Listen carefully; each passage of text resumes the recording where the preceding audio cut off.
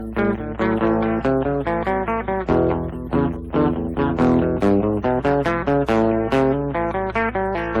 the Polk County Jail, stuck in the Polk County Jail. I couldn't pay my bill. Down at the Polk County Jail, it's $25 bill.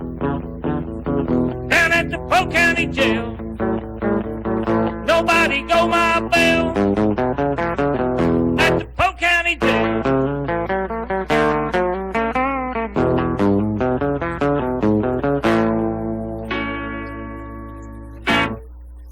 You are listening to WOOP-LP, Cleveland, Tennessee. WOOP FM is a broadcasting service of the Traditional Music Resource Center, and we play America's original music.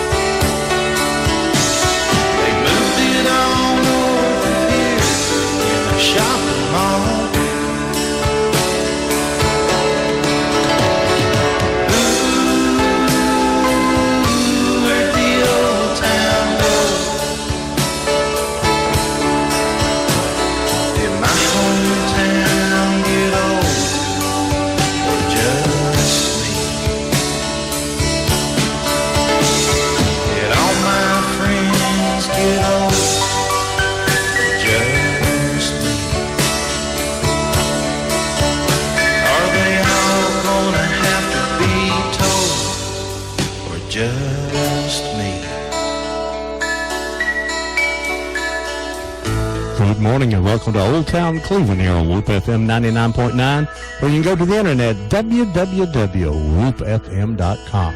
You can call us here at 614-5553. It's Saturday morning, the 7th, I believe, of November.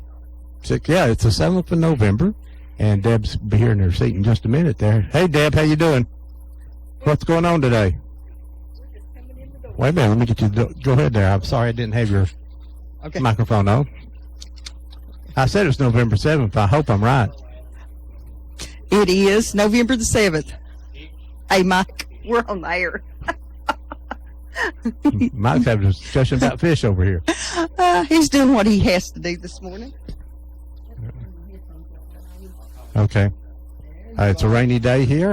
The Vols play at 4 o'clock today in Knoxville.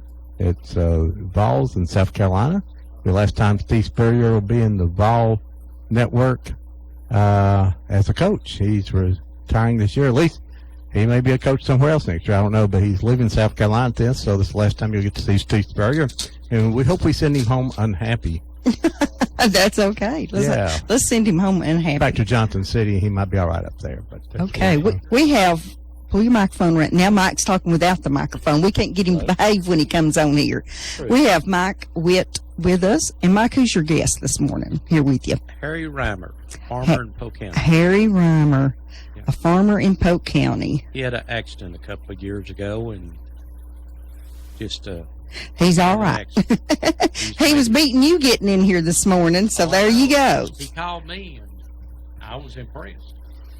Well, you probably got in there quick. I've got gout in my left foot today, and I can't walk. So I crawled in here, so I got in here finally. He'd been wanting one of those big old hamburgers from Lottie's for a few weeks and went in there and ate one, and it's just about gouted him out. So, well, you just... So what's going on in the community, you know? Thank you for coming over today with Mike, and I guess you don't know how you got talked into this? Talked into it either. It's okay. It'll be a lot of fun, we promise. Yeah. But we just sit here like we're sitting around the kitchen table, and we talk about not necessarily all that old stuff, but just what you know about the farmers that you may have remember up in that area, and anything you want to tell us about those kinds of things. Now, did you grow up in Polk County? I did. My mama was a Higdon from Reliance, Tennessee, and my daddy was, of course, a Reimer. The farm I live on's been in our family for 101 or 2 years. I live in the house. Now tell me where that farm's located. We're in the Old Fort area. Okay. On Swan Road. Mm-hmm. Kind of if you're standing at South Polk School and look west, Mm-hmm. you just about see the house. Okay. And how old is your house? Built in 1877. I love it. So, I love it. 1877. You know, you almost it's almost like adopting a child when you move into an old house like that Yeah. because it just needs constant care. It hadn't been lit. We've been there 38 years now. Mike's still on the phone. We've been there 38 years, and I'm one to tear it down. There hadn't been nobody. My grandmother hadn't lived in it about 10 years when we moved there, Mm-hmm. and so I'm one to tear it down, build new. My wife had a fit. She's from Well, good for Jackson. her. She's from Jackson, Tennessee, and she had come 300 miles to find a husband. Yeah. So I used to say that the other way around. I finally got smart and started saying it that way. Yeah, there you go. So- There you go.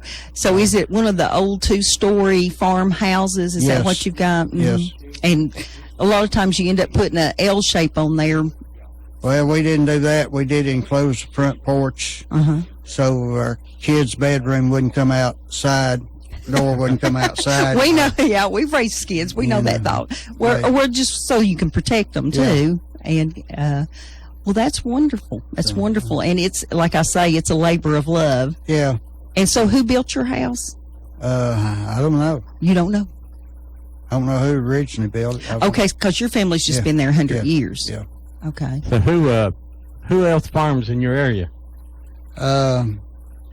Well, no one big. Well, I I raise guess so. chickens. I got 4 chicken houses, run about 115,000 broilers. There's getting to be quite a few broiler farmers over in my area. The Haney's, Donald Haney, who is originally from Bradley County, is my neighbor. He got 3 chicken houses. Their Branham's got 2 up the road from me. Tell me, Mr. Reimer, tell me how when I was a little girl, we had chicken houses, Yeah. and I know how it was done back then. But how does that work now? Okay, everything's on contract now. Okay.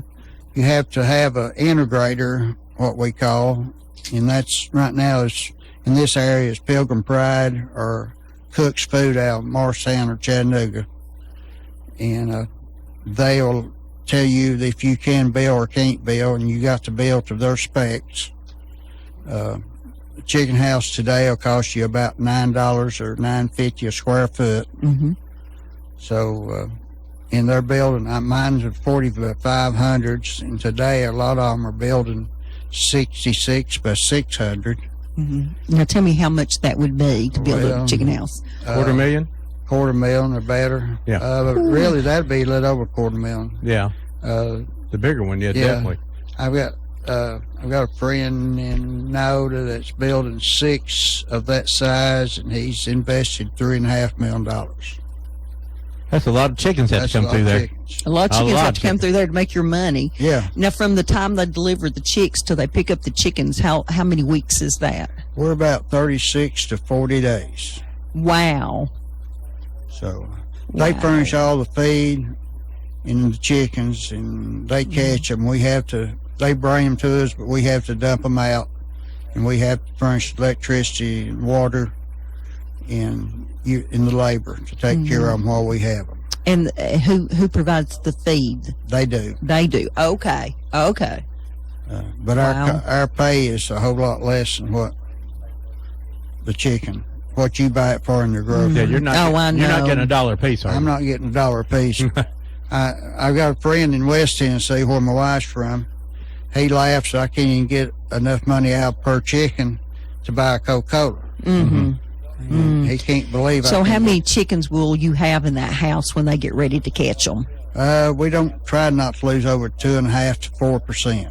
So, but how many would that be? Well, they got 27.5 in them right now, so we should come out with 26.5. Those are some big houses. Mm-hmm. Mm-hmm. And is everything? Not, I know everything's not automated now, Well, but a lot of it is. Just about everything is automated. Mm-hmm. So what happens when the power goes off? You better have a generator. Is what yeah. You got to have a generator. And you have a big Yeah. generator now. Yeah. Mm-hmm. Yes. Wow. They make you, the integrators makes you have a generator now that comes on automatic. That's, You know, yeah. Now, what would that generator cost you? well, a new one's about 25,000. Okay. Let's see. We can't afford one of those Well, at our now, house. I remember the old days of chicken houses. You had to go in there with a shovel and scoop up all the mess. My daddy had a chicken house, so I've been in the chicken business all my life, really. And that's what we did back then. I had a shovel and a manure spreader and a little tractor, and I could fill that manure spreader up with a shovel in the air and take it and dump it in about 5 minutes. Come back and do the same thing again. All day long, right? All day long. Well, That now, wasn't his brother. Yeah, okay. now today though, all that raises up, and you just take your tractor in there and get it. Yes. Now it don't take near as long, does it? No, Mm-hmm. no, But still has to be done. still got to be done. Mhm. But we don't clean out like we did. Now we run a housekeeper and get all the cake out, or we run a windrower and put it up in a windrow and let it go through a heat for 3 or 4 days. And it'll heat up to 100. You want it to heat up to around 140 degrees or better. And then you roll it again, let it do the same thing again. Then you spread it back out and don't have to put any shavings down. Oh, So it's a different world. Everything has changed. I loved as a child when they Yeah. put the new shavings out because you could play in those. Yeah, you can play in those. I could be in the way while everybody else was working. Is Yeah, exactly we what used to have spread them shavings by hand, Yes. and now we Yes.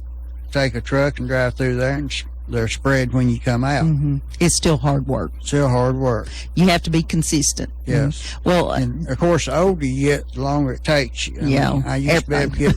I used to be able to get ready in about a day, all 4 houses, and now it takes me 2 weeks to get ready. Well, I would like to ask. So now, what do you do on the week you take vacation? I don't really take a He's vacation repairing something. I know that. because it takes me so long to get ready anymore. Right. Well, then once you got the chicks there, I mean, you have to stay pretty what close. how automated is it? I mean, do you have Well, to feed the hoppers or? we've got computers now. Uh-huh.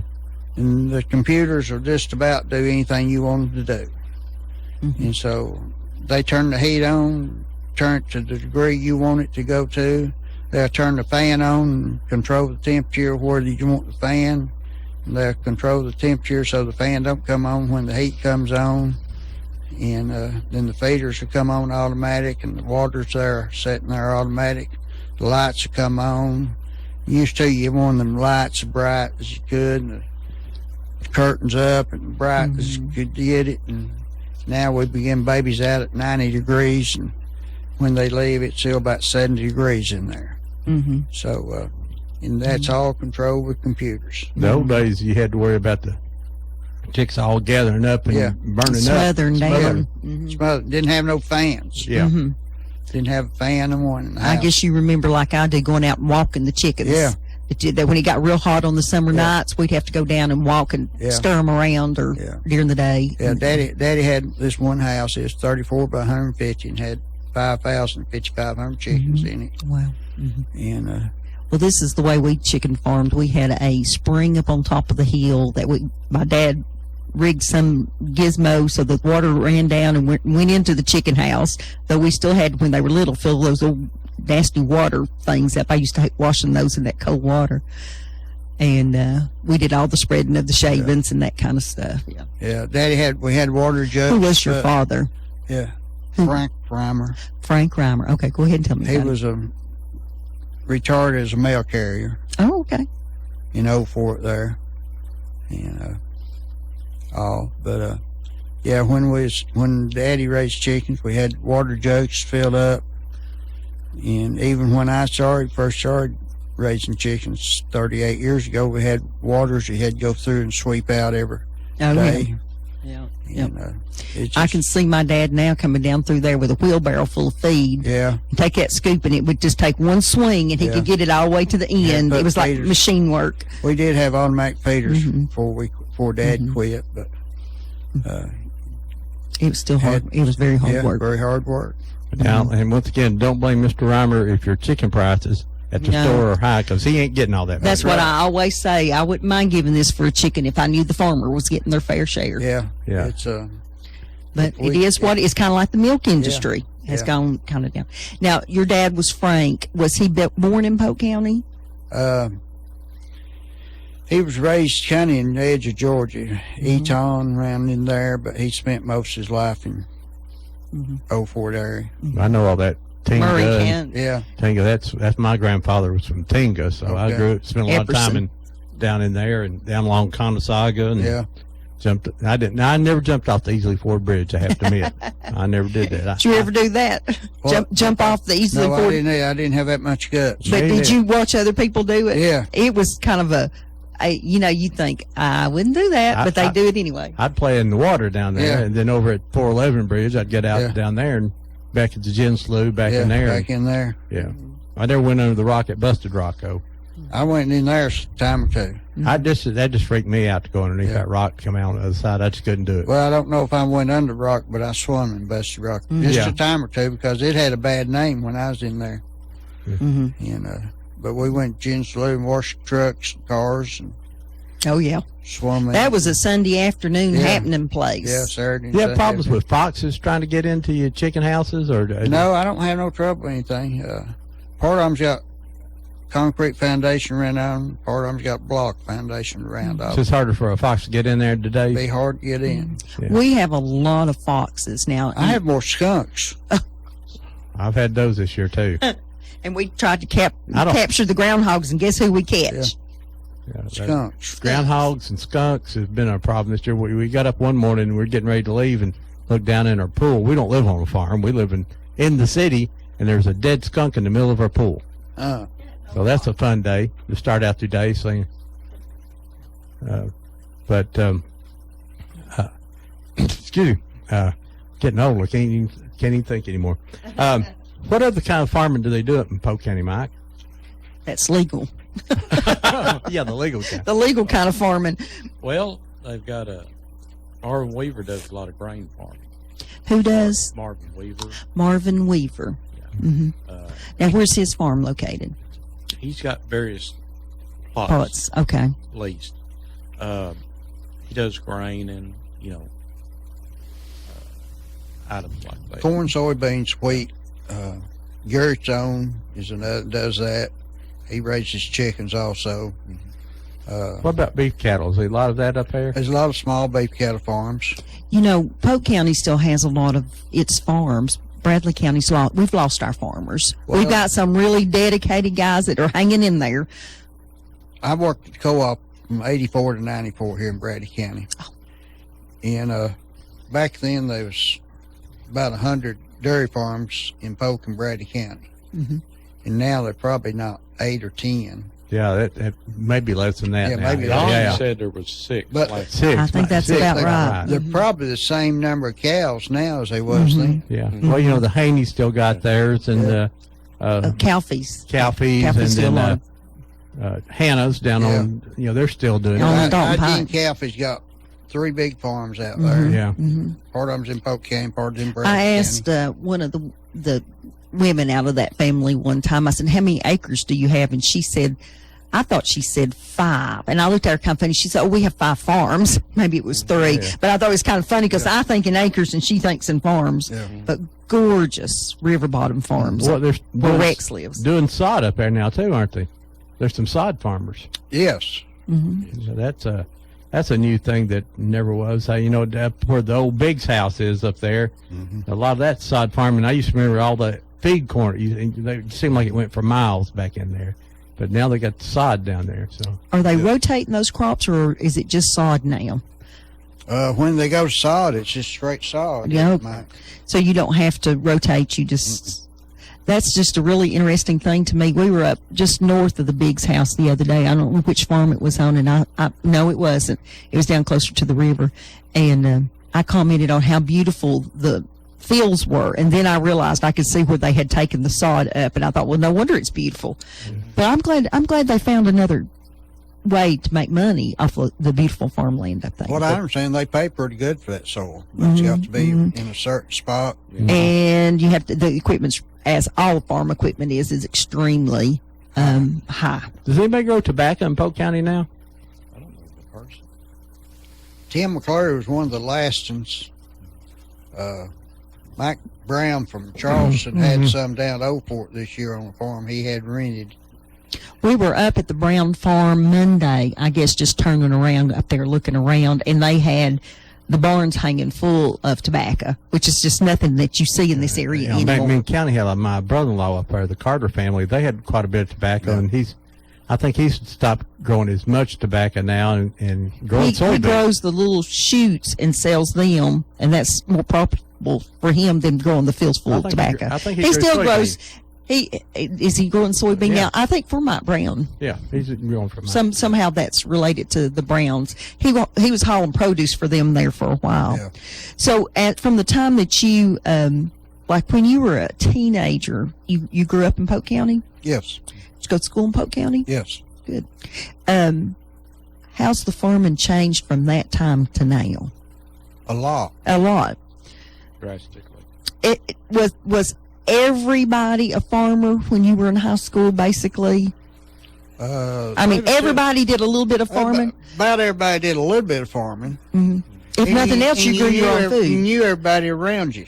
Yeah, not the case anymore. Not the case anymore. Well, you know, Polk County still isn't the major change like we've had here in Bradley County. You know, Bradley County is, farmland just disappeared, and you don't know your neighbors at all anymore. It's pretty well getting there, isn't it, Mike? Oh yeah, it's I growing. think in the last 15 or Yeah. 20 years, y'all have Yeah, lost it's- that neighborly, take care of your Yeah. neighbor thing. Hmm. It's I know on the road my dad lived on to the road I live on is about 2 miles where I grew up to where I live now. And you either had cotton or corn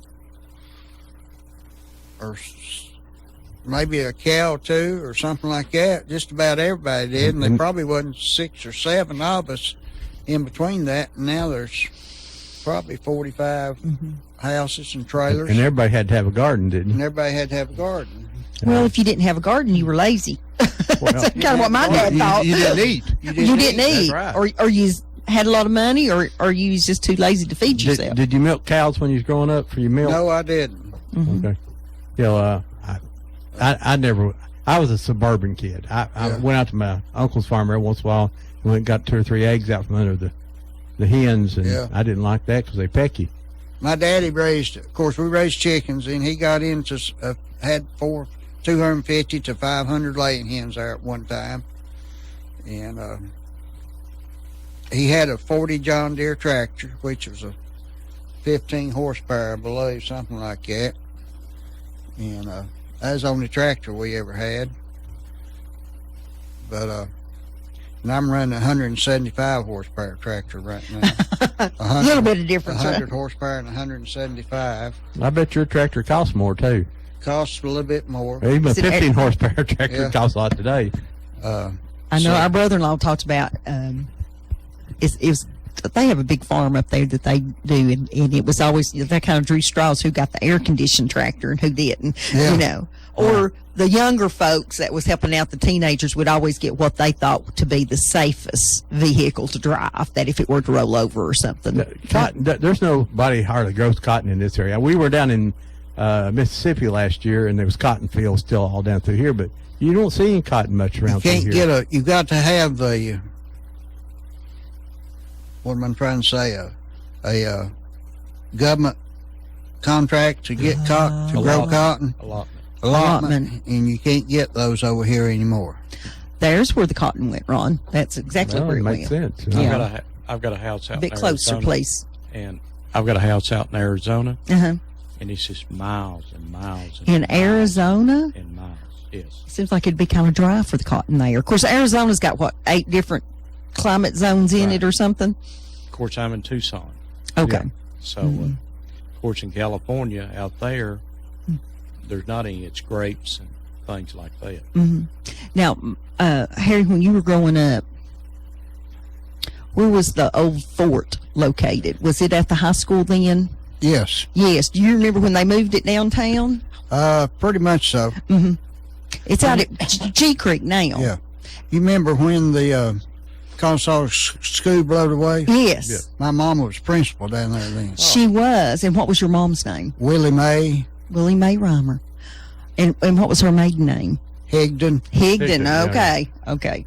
Yeah. That's a Her daddy's one built the old Higdon Hotel in Reliance. yes, and it's still standing, isn't Yes. it? Yes. Now that's not the Watchman's house. No, that's No, owned by it's the Jim- one. It's one Jim right. Guerin. Is the okay? Help me here. Is the Higdon Hotel the house that's over on the right side of the road? Okay, and it's not the one that's over on across the river. Okay, but there's a hotel over there too, an old hotel building. It's Close- on, Am it's I on the right? left, hung in the rocks. Okay, Yeah.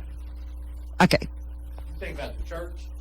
No, I'm not thinking about the church. As you're coming into Reliance, there's an old house right there on the right, Right. where they said the post office used to be, and they Yes. kept the mail in the drawers and the Chester drawers. Mhm. And then when you go over and you go across the bridge, there's an old hotel and the Watchman's house over there. This That's is it. this. That's is, it. Yeah, that's it. And it's still standing. Yes. Do they have a good roof on it? I believe they put a new roof on it, didn't they? Yeah, I- Jim Guerin owns it, and he's kept it up. Well, bless his heart, Nice because live. Guerin Yeah. Realty in Etowah. Yes, oh, yeah. okay. I It's wish just they could kind do of a- something with it. He was raised right above it, I love within it. a mile or so above it, and he's had kept up. Hmm Can't get a septic tank, can No, I can't see that you can get one there. There's no place to put it. now if he owns some land across the street, he could go down and bore under the road and get it, but Mm-hmm. not on that side. I remember when Conosaga School sit there. I don't know if it was the one that blew down or the one afterwards. Did they build it back afterwards? No. Okay, well then I remember the old one. Then Yeah. I can remember if There was a fire there, and then the tornado got it. Yeah, I right? remember Was there a when- little fire there? it? Seemed like it was. I don't. Seems like remember some much little from that. boys, some students there Yeah. set a fire, and it didn't really go very far, but it was a mess. I would. We lived on Spring Place, and we'd come across Ladd Springs, and come down through there to my. As you went into Tinga, Yeah. you know where the bridge is there. There's a little road turn to the right. Well, that was my papaw right down there, in that right below the bridge. Okay. And so, yeah, that's right there by Tinga School. Yeah. And of course, all we talked He about. went to school. His grandfather was born in 1888, and as a young man, he went to Conosaga, lived in the dormitory there, and went to what would be equivalent to college now, but it was actually high school, a 3-year high school. But I always thought it was so funny that a mile from his house, he has to live. It was such a difficult time getting back and forth. Was all the kids at Conosaga there at school? Were they all lived in all those mill houses there around the lumber company? A Would lot that of been them all- did. A lot of them did. I believe they run bus in there too. I think you're right. I think I've seen a picture of a bus. Back around down towards Easley Ford, imagine Yeah. through that area, back where the Almonds lived over there on the Yeah. left, and yeah, okay. Now, Harry, did your dad ever talk about or have knowledge of, or do you, of Indian mounds and such that are in Polk County? Polk County had a lot of Indian villages Yeah, I know that that. are well documented. I know Buster Davis's place there had Indian mounds on it across That's- from the school. Where the Consos. sheriff lives. Yeah, well, across from Conso's school there. Oh, Steve yeah. Williams bought Yeah, W.I. Steve Davidson. Williams owns it now. Oh, does he? I did not know that. Yeah. Now the barn there where does the sheriff still live there at Yeah. Easley Ford? Easy Ford does, yeah. Okay, you have that 1960s or 50s house that Yeah. they lived in. You know, they'd moved the old one down closer to the road and then moved it across the road and it burned, I think. But when you come to the end of the house, there's a red barn there. Ron's grandpa in a T model or an A model truck went over to where the Tennessee River is now, where Highway 60 crosses over it. They were getting ready to flood that, and he brought back the pieces of a barn. It's dozens of truckloads. It took him in that one little truck and rebuilt that barn. And that was in 38 or something. That says a lot for what it's made out of, and says a lot for what a craftsman he was, and it says a lot for the Davis family who have preserved it all these years. His sister, Bill's sister, passed away 2 years ago. Probably so. Oh, I didn't know 30. that. Yeah, Elizabeth. A little closer to the microphone. Elizabeth, Uh-huh. and she's the one that lives in that white house right there across the creek. Okay.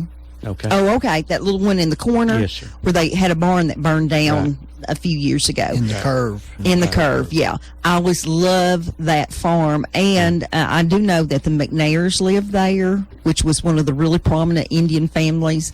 And when the someone came through at the time of the removal, they were talking about the Menares and McNair Farm. Ron, do we have a call? No. No. But I got to do this. I got to take a breath so you can say this? Yes. You're listening to Old Town Cleveland on Whoop FM 99.9, or you can go to the internet at www.whoopfm.com. You can call us here at 614-5553. The phones are now open. We're talking to Now, Harry Harry- Reimer and Mike Witt.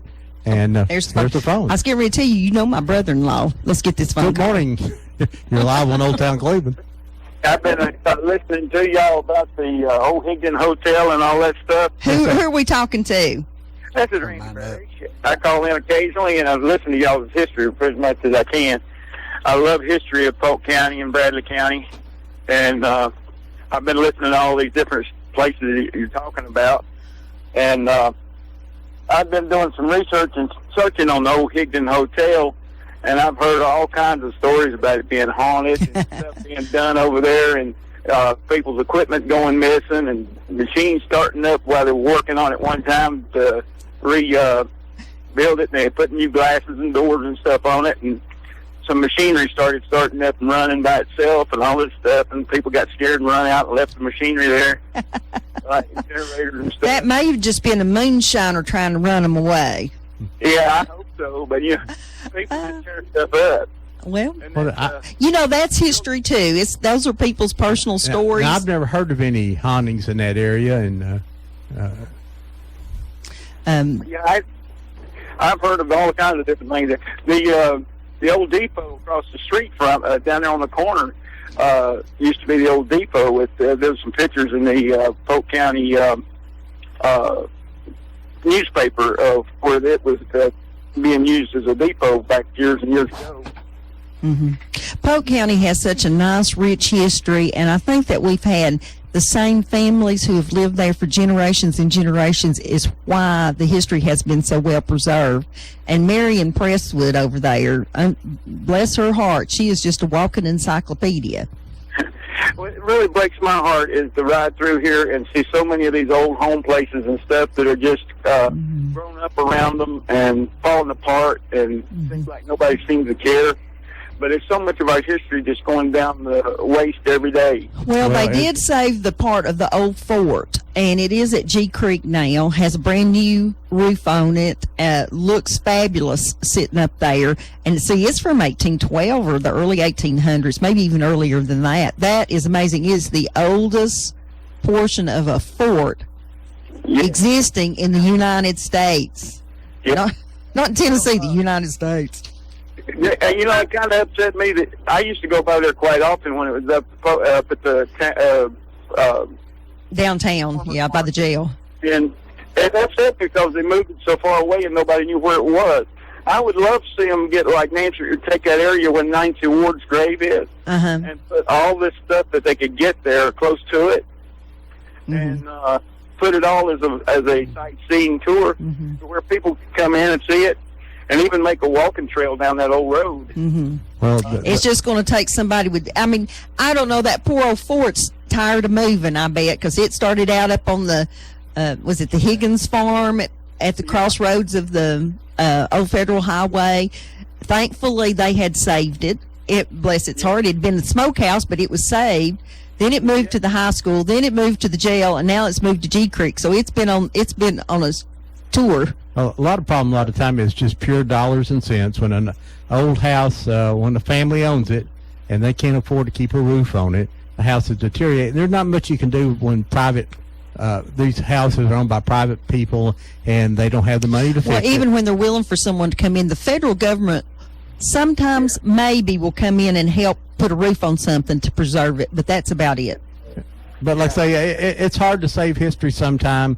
We'd like to save it all. And, back where Nancy Ward's grave, I don't know who owns that property right now, but the property behind it's still in private ownership. So Thomas. yeah, and you have to, someone, who owns it now? Thomas's. Thomases. And they'd have to be willing to sell it, and they may want extra money for it, or just wouldn't want to sell it. So, but that's what happened. But it's all great ideals. I agree with you. I'd love to save all these old houses, but we have to realize we're going to lose some of them. If we can save the most important ones, we'll be lucky. That's much like Yeah. the It's like a Hawaii Thank- church, all that. Thank you so much for calling. Okay, thank Bye bye. Thank you. That's much like my family's property up there above the Welcome Center up there at Ocoee. Mm-hmm. They sold 25,000 acres to the government for 5 cents an acre. Yeah. Yeah. Well, now the Would you give them their monies back now? Yeah, we'd double their money. Yeah. Well, Many times. how fortunate we are, I guess, and I imagine the people at the time didn't think it was a good thing. Where 1912 they came in and started buying up the Cherokee National Forest. Well, we're certainly glad that they did that now, but I'm sure the little farmers up there weren't too happy about it at the time. But imagine what was going on up there in 1912.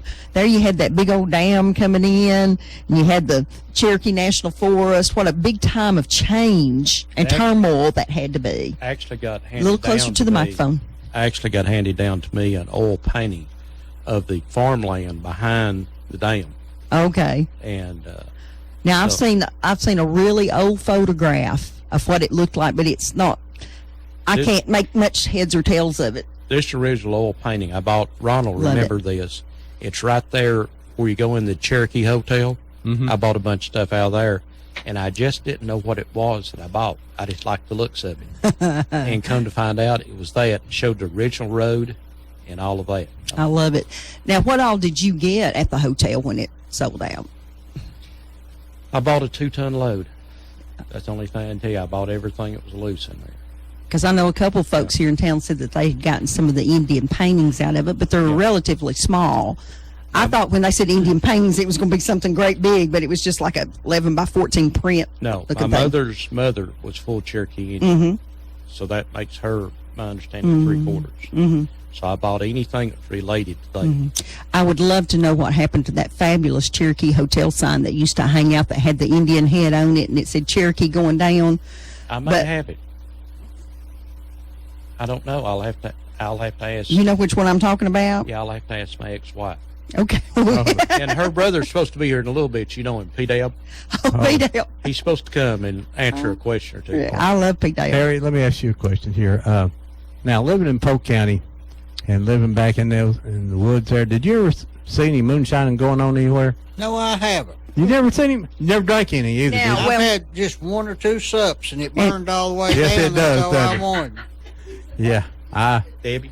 I've tried it a few times too, like that, and it sort of got me. But there's quite a bit of there was a Cronin lady used to be was a big moonshiner up there. What was her name? Moochie Cat Cronin or something like that. Yeah, seemed like that's her name. Yeah, I think she's related out to old Bobby Orr out here's wife. So she might call me and get mad at me. Yeah, there's some Wilsons and everybody else over in ball play used to make it. And Yeah, ball play. That's ball play. That's and then all the way back up into Jack River. And Polk County's a pretty big yeah, town. have you drove back in ball play yet lately? Not lately. Well, you need to drive back there. They've got a new subdivision about 3 or 4 miles, about 2 or 3 miles from the railroad. Uh-huh. That's 5-acre lots for, I won't say $79,000, Just the lot. just a lot. Mhm. And it's real pretty back up in there. I mean, have you been on the other side of the bridge over there, up Cookson Creek, No, I up haven't. in there where that gated Yeah, I subdivision believe is? that. Did Oh, Bob gated. White do that? I don't know if Bob White did Yeah, that. Bob White did. Yeah. Oh, did I he? believe We Bob drove did up both through of them. there probably a year and a half ago or a Yeah, year ago. Well, now what? 5-acre lots, is that so they can have like a septic tank and Probably so. Because they About can't take still do that that. on that mountain over there. Well, they've got one new house up there. I guess it's just to show people you can build one up there. So, do you fellas, are you familiar with? The other day we went up to the farmers market up there at Delano, and we drove through the tree farm down there, and I was showing Ron where I understand that there's a huge mound. Savannah Town may have been there. I don't know. I don't know. Okay. I mean, have you heard that that's a mound there? No. Well, Okay. They're really two huge mounds there.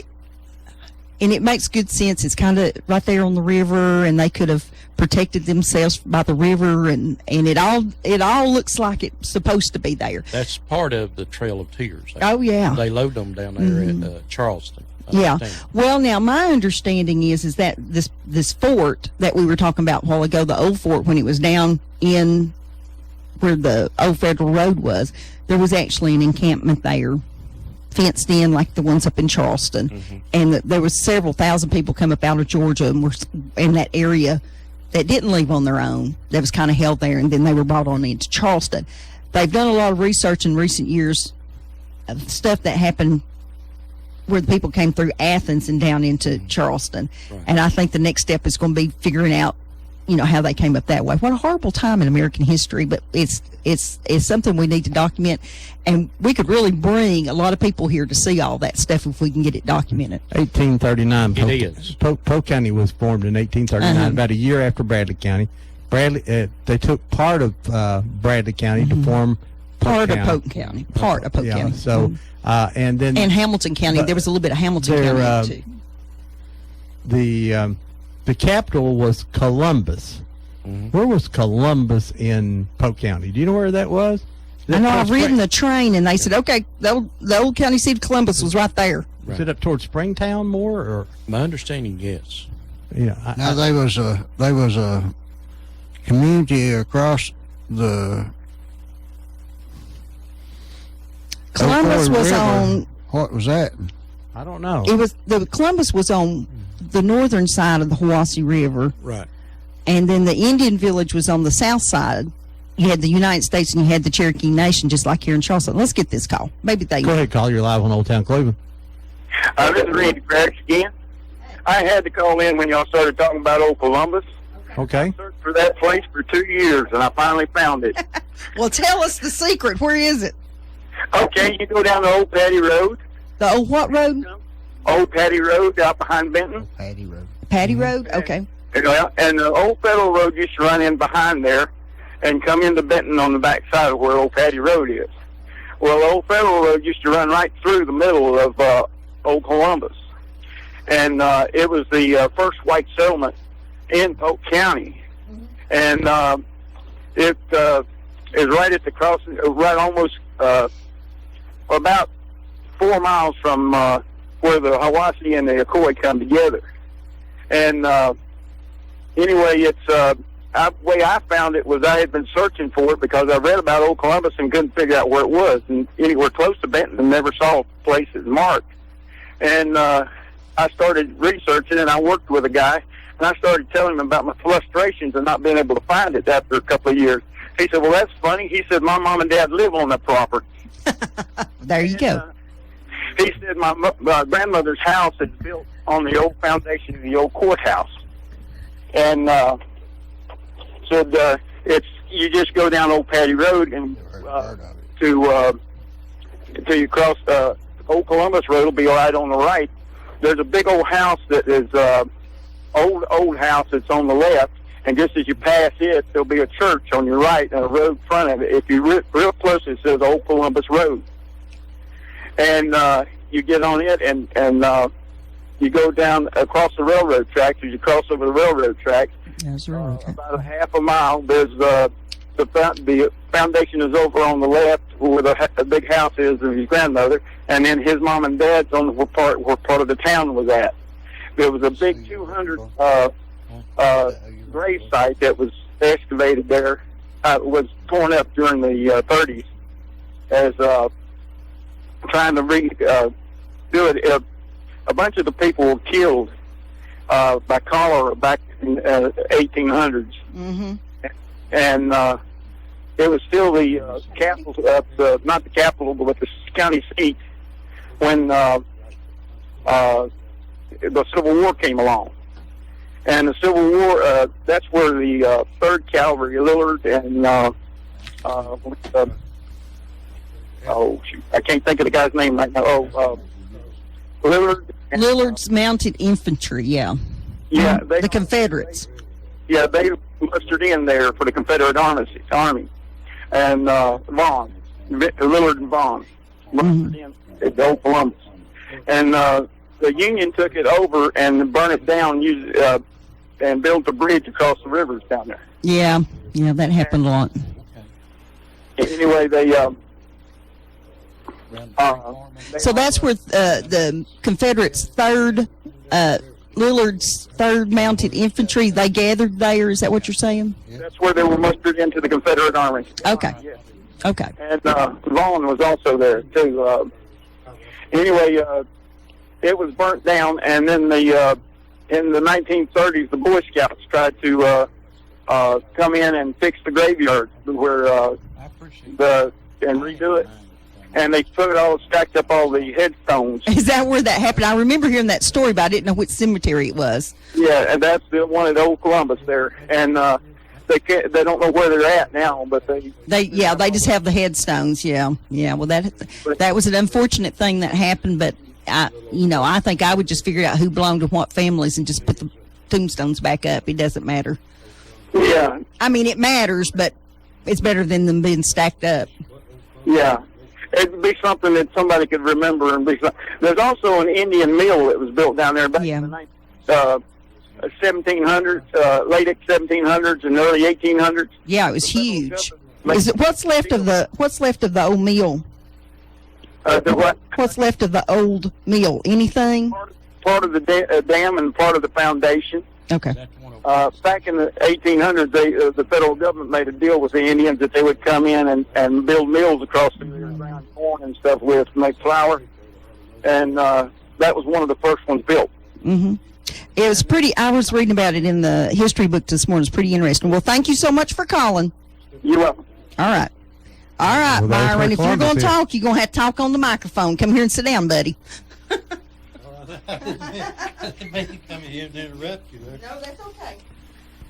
I'm just trying to tell them where Old Columbus was. Well, just get up there to the microphone and tell them what you know.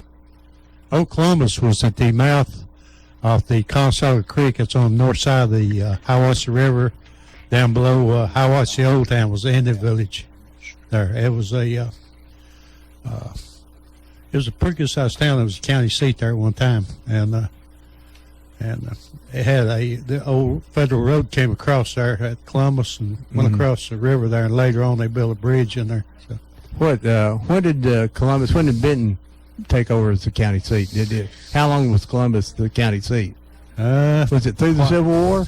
Yeah, it was there during the Civil War. Okay, and they may have moved to Benton there, during that time period there. But I know that was the county seat at one time. Columbus was there. It was a really good sized town there. There's still a few houses up in there now. Mm-hmm. But I've been up our metal detector several times there and picked little stuff up. Not like what I wanted to, though. Oh yeah. No gold bullion. No gold. No. No gold bullion. I'll let you folks have it back to. Which I just happened to hear you on the radio. Oh, glad you come in there. How things going? Have you found anything good finds in your metal detecting this year? Haven't been out very much this year so far. I'm getting ready to, though. So the snakes are gone home now, right? Yeah, snakes don't bother me too much. They bother me. They don't bother me. I'll leave them alone. There's 3 things bother me about the metal detecting. Well, 4 things. One is the heat and the snakes. And the other is the walking and then getting down on my knees and trying to get back up. Yeah. Well, That's the hard part for me. I got a shock stick. But Yeah, that would help me. ticks bother me more than the snakes. Oh, do. yeah. I mean, I have a lot of respect for a tick there because they can cause you some major problems there. Sure do, can't they? Yeah. I went down earlier in the year, and I was occasionally worked with the National Park Service and some of the archaeologists there, and we were down at Moskin Bend doing some work there, and got out there and passed out, and woke up, got me over towards the truck there, and passed out again. Next thing I knew, there was about 15 guys in a little old Toyota pickup. I don't know how they ever got there, but they called the ambulance and everything and got me over. The doctor changed my medication and had a diuretic in my medication and caused me to pass out. And I said, Well, I tell you, if you don't have enough fluid in you, it'll do it real quick. And so I went back. I got that taken care of pretty fast there. So. But, yeah, I'll get off here. I was headed down to the rifle range. I was going there and shoot some, I hope. All right. But we'll see. Drink a lot of water before you start shooting. Okay, so we don't want you to pass out again with the cutting in. So that's See. if you Now we know where Columbus is. That's good. You know, Thanks, Byron. I'd always heard about Columbus. I didn't know exactly where it was in the community. Well, there. like I say, we were on the train and they say, "Oh, and we're passing by Columbus," and I'm like, "Stop the train!" But they wouldn't stop because I was wanting to see what I was looking at. Now I know I can kind of maybe Well, get, what are you get us talking about? there. It seemed like it's on the other side of where the train would have been, though. You know where the Well, they've- Oakley and Hiawassee come together there? You got to Yeah. talk in the microphone, Mike. This is radio. You know where the Oakley and Hiawassee is? Yes, Okay. it's fairly close to They that. have built a $2 million home over there in Polk County. Wow. And some people that did live there that had the international dealership where Raven Greens is at, they built a Talk in the microphone. $2.5 million home. I need to bring me duct tape when Mike's here. Morgan? Yes. Morgan. Morgan or Morton? What's his? Morgan. Morgan, right. Steve? Yeah. Steve. Oh, yeah, I know where you're He's talking about. he's been on vacation, but he's back. Right. Well, so that's on the left side of where the train would be, though, wouldn't it? I was reading today about Yes. Yeah, the train's not over on that side. I was I was talking to or I was reading this book this morning. There was basically a kind of a natural formation there where they ran the waters through for the mill, and it was just the perfect place for a mill. And in 1922, they kind of decided that was an obsolete thing and tore it down, or it burned down or something. Part of the dam, In the microphone. part of the dam, and part of the mill is actually still there. Okay, good. And Oh, the part reason- of the meal is still there? Yeah, the reason I said that is because it was part In the microphone. it was part of Mother's family. Okay. The Boyds owned from Now, there. what's your mother's family? Boyd. Boyd's, okay. They owned from there all the way to the down into the edge of Bradley County. So you're out of like that Captain Boyd's family that Yes. what was he doing? He was getting the Union supporters out of this area. Boyd's Gap? Yeah. Is there a Boyd's Gap through That's there? the same bunch where Yeah. they sold 20-something thousand acres up there. Yeah. I know a couple. He's buried up here in Fort Hill Cemetery, Yes. and on at least one occasion, and maybe two, when they've done the cemetery tour, he's been one of the characters because he had such a big story to tell. It couldn't be told Well, just once. I've got some real history I want to ask Mike about. Oh no! Did you know that he did the first mine in Copper Hill? Did the he? Boyd mine? Oh, okay, okay. Now, let me ask you, this is Yes. this is real history. You and I are about the same age, you know, and I hate to tell you that, Mike, but we're about the Well, I'd like to think you was a bit older than I am. I am. I was trying to be kind to But a Mike. year or two, but Yeah. that's all it is. But we will remember, because we were the teenage years, when they tried to bring a concert to Polk County called the Monster Mash. Midwest Monster Peace Jubilee. Oh, You stand I still have my corrected. tickets. all right. Oh, do you have tickets? I still have my tickets. Guys, I'd love Well, to you see know, those. I remember driving through Polk County as that's happening, and was That was not a safe time up there. 73, 74? Yeah. Okay, my hair was long. I understand. It was in my baseball cap when I went through Poco. I rolled it Yeah. up and put it up underneath my thing, but because they said here in Cleveland, I remember a newspaper article saying this that you could not buy ammunition in Cleveland anymore because You're people right. from Polk County had bought shotgun shells and rifle shells and pistol shells because all this influence come in from around. Now this was supposed to be the next Woodstock. I remember seeing in a newspaper some child far away holding a sign, teenager, hippie-looking guy holding a sign that said Polk, Tennessee on it. Now, what was the tickets? Do you remember what the tickets were? They weren't expensive. $20? Or? Yeah, like $20. Yeah. And that was for the whole concert. Now, but do you remember any of the, I don't remember any of the people who's going to be here now. I mean, I have no, I know Leonard Skinner was going to be there. Well, that that was headliner. you know, that would have been good enough for me for $20 there. Oh, yeah, I was there. And But that's now, when you were working for $1 an hour. that's though. it was going to be on Dennis White's farm. Am I correct? correct. Now, tell me exactly. You know, that's been a long time ago. We're talking getting into 40 years now. Where was Dennis White's farm? Where was the contract? Gliderport.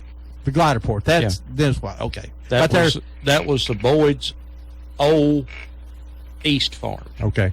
And then the Biggs house is set right up on the road, so anything with right up above Gliderport it. back in there Yeah. was that. So, right. how many people did they think they were going to have? They were importing horses. They put two layers of fencing around it and was going to guard it with horses. They were thinking there was going to be like 200,000 or 300,000, but it ended up, of course, not happening. But All right, tell us why it didn't happen. Let's get down to the real dirt nitty gritty here. A lot of politics. A lot of mad people in Polk County about coming. Dennis had some controversial things. Dennis was a judge, was he not? County judge, The county judge. executive. Yeah, county executive. We call And the only thing I heard was that in the end there was a check deposited into his account that he didn't have anything to do with, and that's what happened. So I don't know. They canceled the concert, and Yeah. Later on, in the next year or so, Dennis White no longer owned the farm and ended up in prison. Am I correct? And his wife. So this guy went from being the county executive, County judge, or county judge, yeah, county executive, what they were called then. And so Dennis went from being the county judge and renting his properties for a big concert Yeah. to going to prison. Right. Now, was that all intertwined, or was it? Did Dennis get got? Was this payback time? I mean, it's 40 years ago, and Yeah. it's time for us to talk about it. You're correct. So, do you remember those days when? I remember those days. I wasn't here at that time. I was probably in West Tennessee, right in there somewhere. looking for that wife over there, Yeah. weren't you? Yeah, I was gone for 10 years Uh-huh. and come back. Now, how'd you like that flat land out there? I liked it. Okay. But she likes the mountain. She wouldn't go back, so that's good. But I remember Dennis. I was on the farm that he owned last before he got killed this morning, actually. But it probably would have changed Polk County if they'd had it. Good or bad? Well, they would probably said bad then, but it'd probably been good now. There's been a lot of money brought to the Been a community. lot of money brought Oh, to my Polk County. Just think of all the marijuana that had grown Yeah. from the seeds they dropped. That's right. No. The Manchester, what's it called over there? Bonnaroo. Bonnaroo. Puts It's a lot of crazy. people. I mean, It's $290 a ticket now for Yeah. 3 days, and they get 90,000 every year. yeah. I got stuck in the very first one. I was coming through that area and got stuck in the traffic jam. Well, I Don't wanna believe do my that. wife did, and some more family of mine did. There was some fellows in a pickup truck that had a grill strapped to the back that was riding up and down, and every time they got to Ron, they'd run out of hamburgers. And they'd go back to get more burgers, and he never did get a burger. He sat there, what were you in there, 10 We'll hours? keep it on reserve. Yeah. Yeah. I started getting my pistol out and shoot his tires out. Said, "You gonna get me a hamburger when you come back?" Pretend through here." like you were up there at the, what was that place over at Cleveland State we hung out at Oh Lord, why? that had the pool tables and all that? Oh, just the Student center. Student center. Yeah. Student centers. Yeah, we Ron and Mike majored in Student Center. we were very good at it. What years you at Cleveland State? 72, 3 and 4, 5 and 6 and 7. What Made year? a career 72. 72. I graduated When did they begin? 69, 68, 69. Well, that's when I was there. I was there in 68, 69. Yeah, I have one of the catalogs from, it's not the first year, but it was before Ron got there, I think. And man, oh man, how it's grown, because there was nothing, I mean, there was just a handful of classes offered that first year.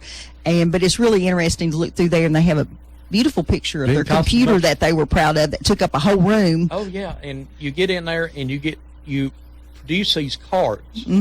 Yeah, that it produced the cards. But I remember even, let's see, I started there in 74, standing in line to register. And you'd stand in line for an hour or hour and a half, and when you get to the table, they'd stand up and erase the class that you wanted off the chalkboard. well, So I told our kids that they just didn't know what, they would fuss about registering online. so how long did Dennis stay in prison? Do you remember? Oh. Was it a long time? 1 or 2 2 years. 1 or 2 years. Yeah. And then when he came back, what did he do? Did he stay in Polk County or did he move out? He moved to Bradley County and started farming, Okay. which is great at. Where was that farm? Out there next to Jackie Evans. Close to Jackie Evans. Chatta Okay. Valley. Chatta Valley. Oh, I love that Chatta, valley. area up there. Well, that's but that was an interesting time. That it was interesting that I remember I was going to go to the concert and all of a sudden wasn't there. And as I got older, I started realizing that Mr. White, I did not know him. I don't think I ever knew Dennis, but things didn't go well for him after that. My father and I and my mother, we had about 25 or 30 mobile homes about 2 miles from there. We made arrangements to move them to Dalton, and it never did materialize. We were going to move them completely out because we knew that they were just going to use them as flop houses. Yeah. Was your family related to Judge Witt? Okay. As you can get. As related as you could get, eh? Yeah. Coker Creek, Madisonville, Polk County. Right. Yeah, I remember he was the criminal court judge for some time for this district here. Ron, it's time for you to push all those buttons and let's take a little break. We're going to be off the air. We're going to play some ads and we'll be back with you in about 5 or 6 minutes. Don't go away. We always play a song at the end of our commercials here. It's called Gone Home, and we dedicate that to all the family members of all our friends and listeners who passed away this week. And so here is, we'll play that for you right after the commercials. We'll be back here in just a few minutes. All righty. You are listening to WOOP-LP, Cleveland, Tennessee. Whoop FM is a broadcasting service of the Traditional Music Resource Center, and we play America's original music.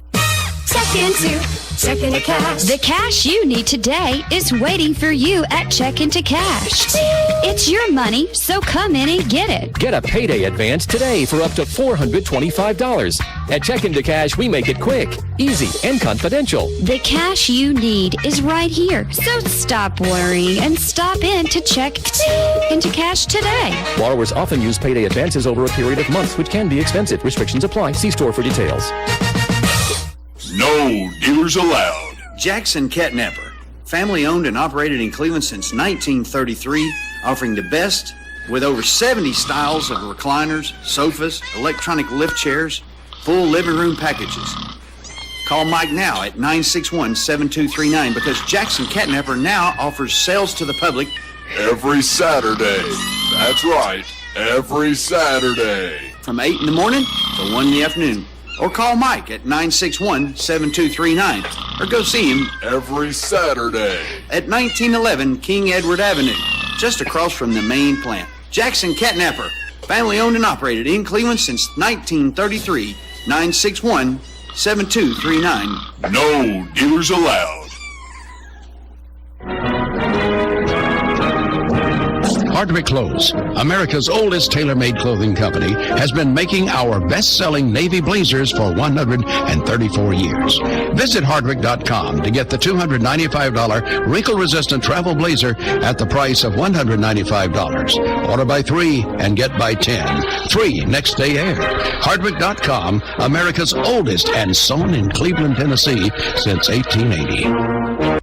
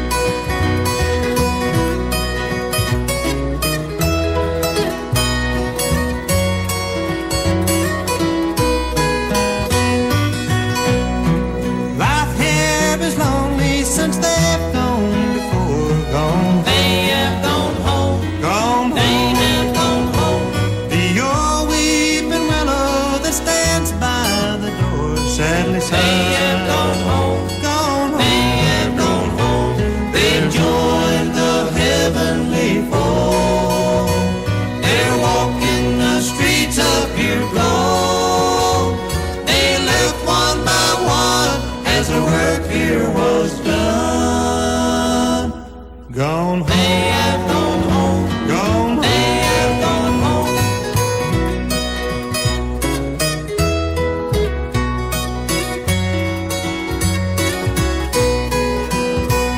They've joined the heavenly fold. They're walking the streets of pure gold. They left one by one as their work here was done. Gone home. They have gone home. Gone home. They have gone home.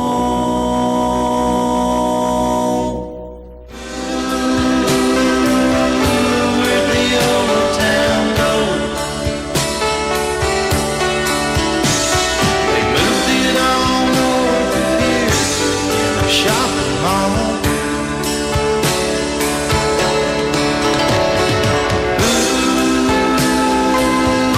Where'd the old town go? Did my hometown get old, or just me? Did all my friends get old, or just me? Are they all gonna have to be told, or just me? Well, welcome back to Old Town Cleveland here on Whoop FM 99.9, where you can go to the internet at www.whoopfm.com. You can call us here at 614-5553. We got Harry Reimer and Mike Witt here today, and we're talking about Polk County. So anything you want to talk about Polk County almost, we don't know where any bodies are buried or anything like that. Unless they're in a graveyard and they're supposed to be buried there. Then we know about them. I wanted to tell you guys that we were talking about down around the Conestoga River a few minutes ago. There were actually woodland Indians there long before the Cherokee were there, and it was called Tasquee. Tasque was the name of the town, and it's the oldest documented known town in Tennessee. But there's no historical marker for that. Well, we need to get on that. Yeah, but I thought that was really interesting. That's it. Once again, phone number here is 614-5553. If you're out of town, you can call us at 423-614-5553. If you're in Polk County and can't hear me, well, I can't tell you the message. But we're at www.whoopfm.com. You can hear us anywhere around the world. And then about Tuesday of next week, whole program will be on YouTube. You can go to YouTube, and you'll be able to see and hear us in here. And so, Deb, we're back. All right, Polk County. They've been a lot of different sheriffs over the years in their thing. And, the sheriff is a powerful person in a small county, isn't he? Yes, it is. I believe Bill Davis is the longest serving sheriff in Tennessee. Just a retired. nice fella, or seems to be. And he's the one that lives down at Easley Ford.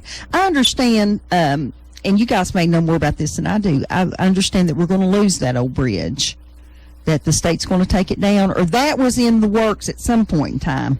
I believe I did hear something about it. I know that they tried to give it to the Historical Society, which Marion said, I would love to have that, but how do I move a 50-foot bridge? So Harry, if you want that bridge, you can have it. But I think you have to move it, and I don't know how you would move it. For those of it you, wouldn't be hard to move it, just the money it takes to move it. Right. For those of you who may not have been there in a while and forgotten, it's a one-lane bridge. It's a nice arched bridge that's probably from the 1930s. At least. Yeah. At least. We have a picture of a horse, a team of horses and a wagon going across it. So it may be actually earlier than that. And I understand that the state's been down in there fixing bridges and stuff, and they had it targeted as being one that they were going to replace.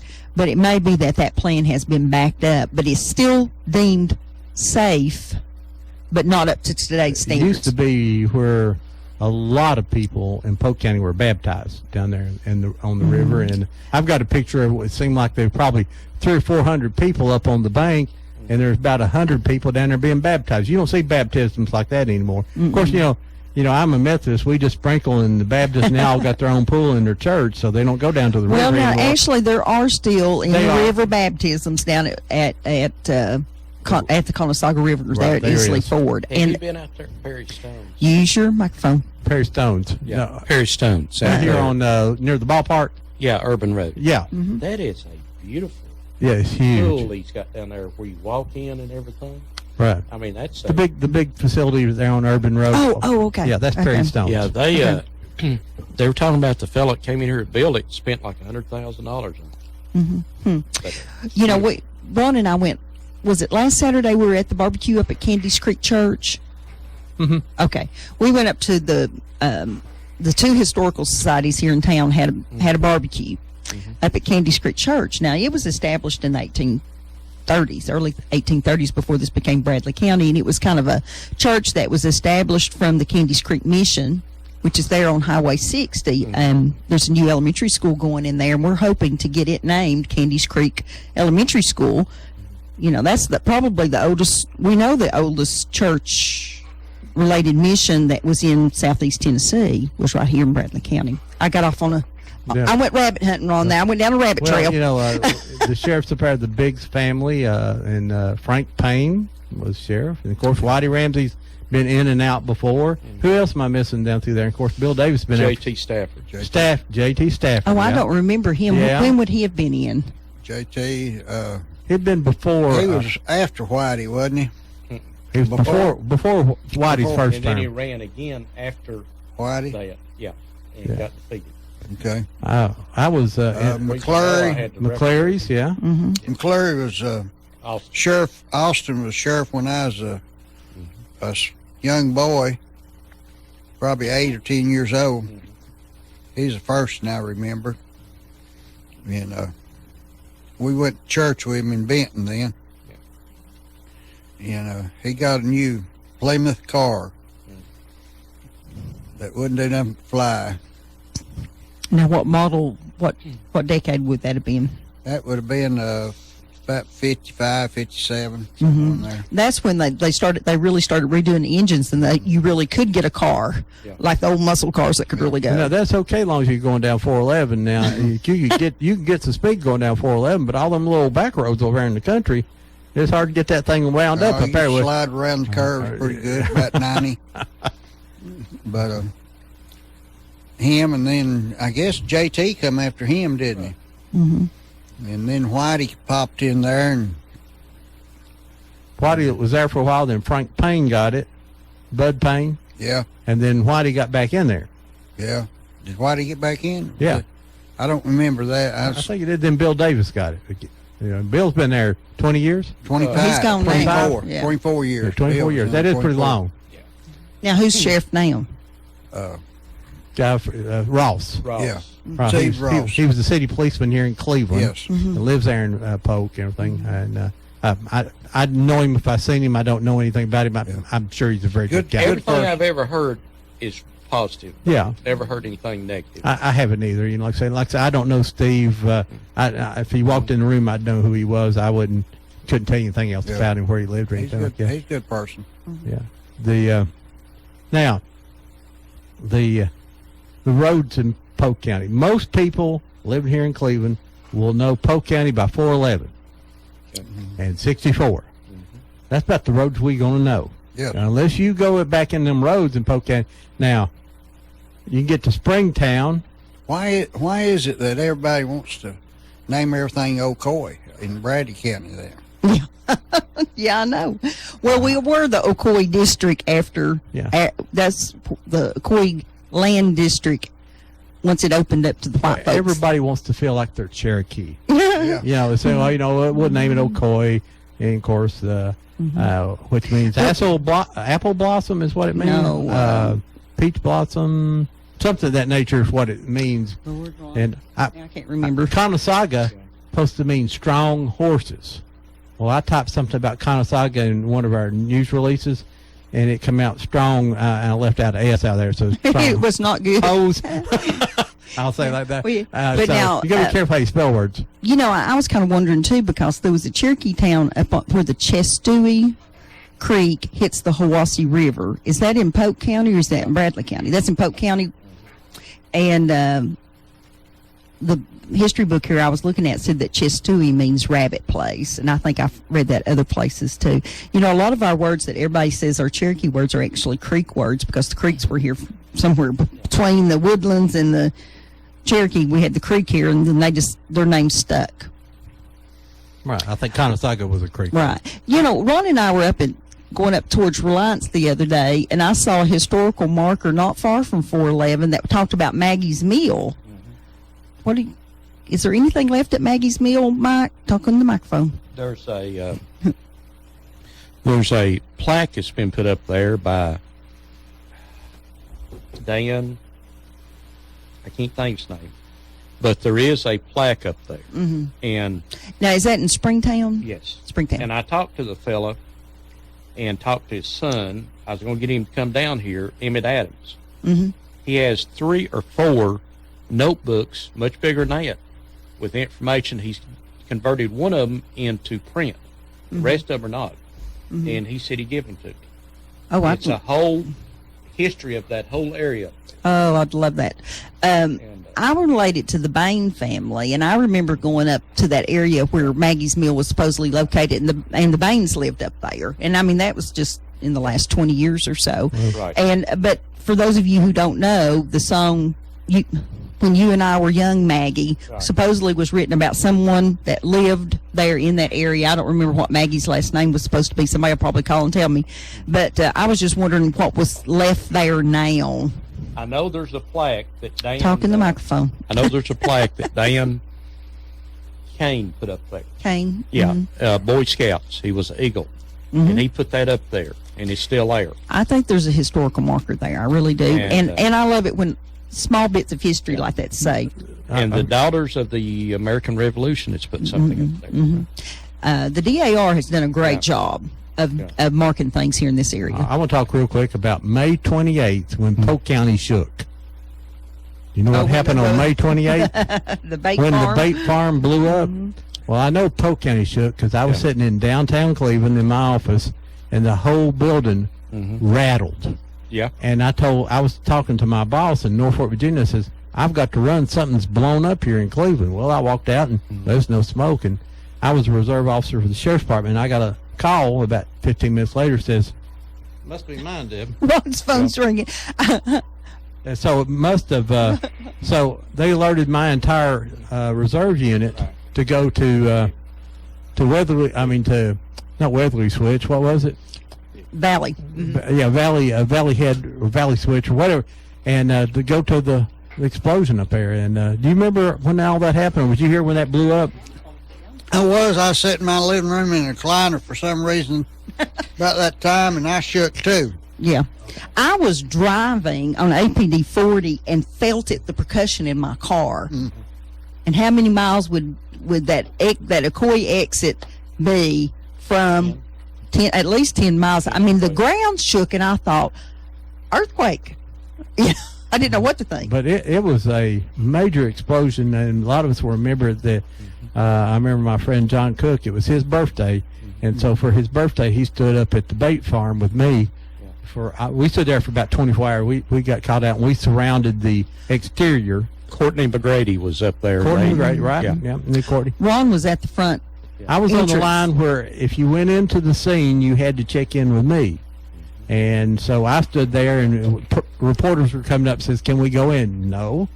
And then the other people want to come in. He says, if they come in, you got to write down their name, and you have to see some kind of ID. Remember, they were flying the helicopters from the newspaper. Oh, yes.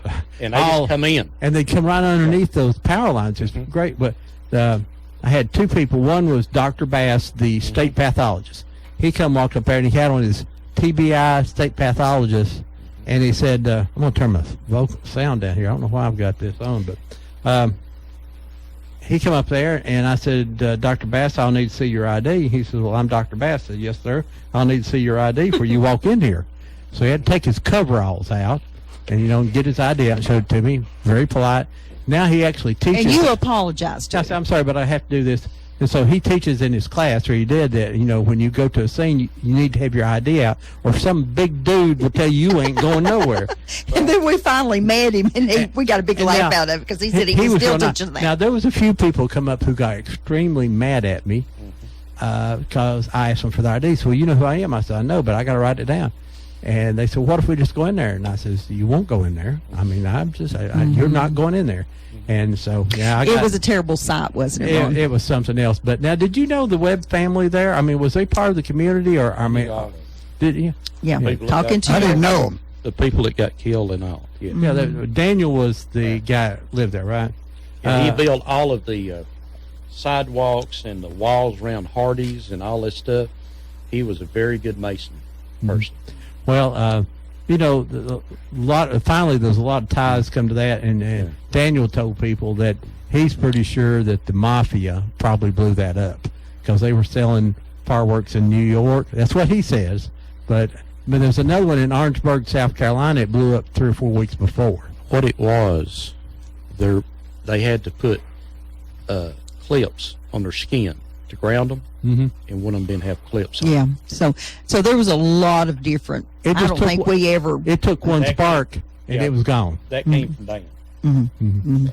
Well, that's just one of those things that Right. a lot of people would probably like to forget about Polk County, but the whole county shook. And matter of fact, they took the rest of the fireworks up to a mine in Copper Hill to explode them, and you could feel that vibration. Yeah. We found a lot of it was the hand on top of the transformer that got the power guy to go up there to give power to Courtney Gary's big power thing, and he come down there and said somebody up and go off that transformer and get a hand, and then there was blind chickens running around from the flash. It blinded the chickens. They were running around, and it was interesting. What about, you talked about 64 highway a while ago. What about the 2-lane road? Why don't we have a 4-lane road going up 64 highway? Well, I'd certainly like to we see can it. go anywhere in the part of the country in whether there's a river or not a river, and they'll have a 4-lane highway going up rocks or anything else. And here in poor Polk County, we can't get it. Well, you know, Well, you guys need it so you can bring some industry I'll in. talk about the political. There have been 6 governors of the state of Tennessee who have talked about that, Democrat and Republican. So it's not a Democrat Republican. They've talked about building the road and there's a corridor number across there. It would cost billions of dollars. If they started tomorrow, it'd be 10 years. Well, it don't matter. They should have started 30 years ago.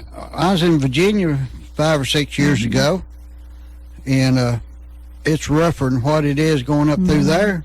And they got 4-lane highways all up through rocks and everything We else. have just never got the money for them to start here, and there's some people say there's the national forest there, and you would have to take some of their land to do some of that Well, stuff. that's the same thing in Virginia. Yeah. What happens, I always said, what happens, and we almost have, the rock slide we had once already. Yeah. What if we have the big one, it basically makes a lake towards Copper Hill? Yeah. I mean, they could seal that. There's some narrow gaps there, and that ridge comes off there.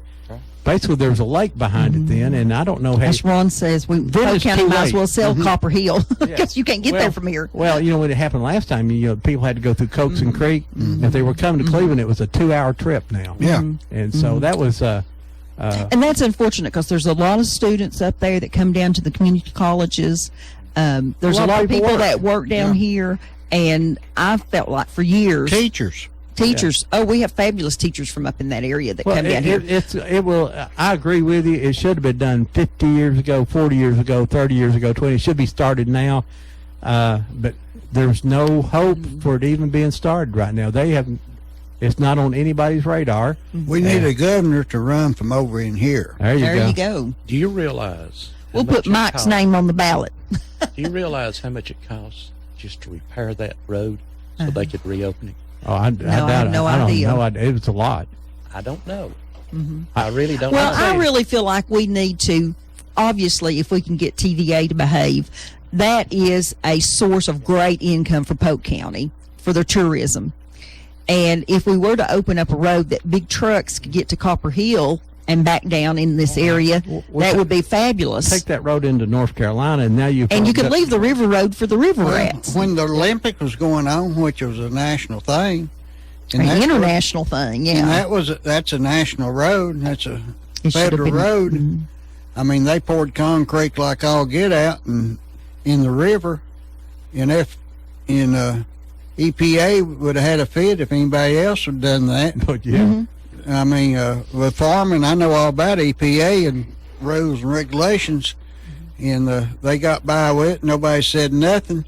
Well, so it ain't going to happen, I don't think. If somebody wants, not in our lifetime. If the federal government wants to do it, they can do it. Yes. It's just getting the right person in the right job to. Well, we need a congressman, senator, governors who's interested. It's just like if you're in Tennessee Wildlife Agency, there is no representative from East Tennessee. They need to divide that up, saying they're at Lower East Tennessee, Upper East, and everything. Because right now all the state laws are governed towards Middle Tennessee and West Tennessee, and the hunting's a little different over here in our area, and we don't have any real representation for the hunting here. Go ahead. You can drive around West Tennessee, Middle and West Tennessee, on 4-lane roads for 10 miles and never meet the first car. Yeah, we've done that recently. We think, why is there a four? Yeah, that's right. Well, I want to ask. I ran for state senate in 2002, and one of the things I talked about was that road. I said, one day if we don't do something now, we won't be able to get to Copper Hill. We're not going to be able to get there. So, and I said, and it's, if you're coming from Dalton, and need to get stuff to North Carolina from a shipping standpoint, they're going to have to come through Polk County and buy gas. Well, then, we're going to have to cut down some trees, but we can do that in a very responsible way. They put tunnels under the roads for wildlife don't have to come across the roads.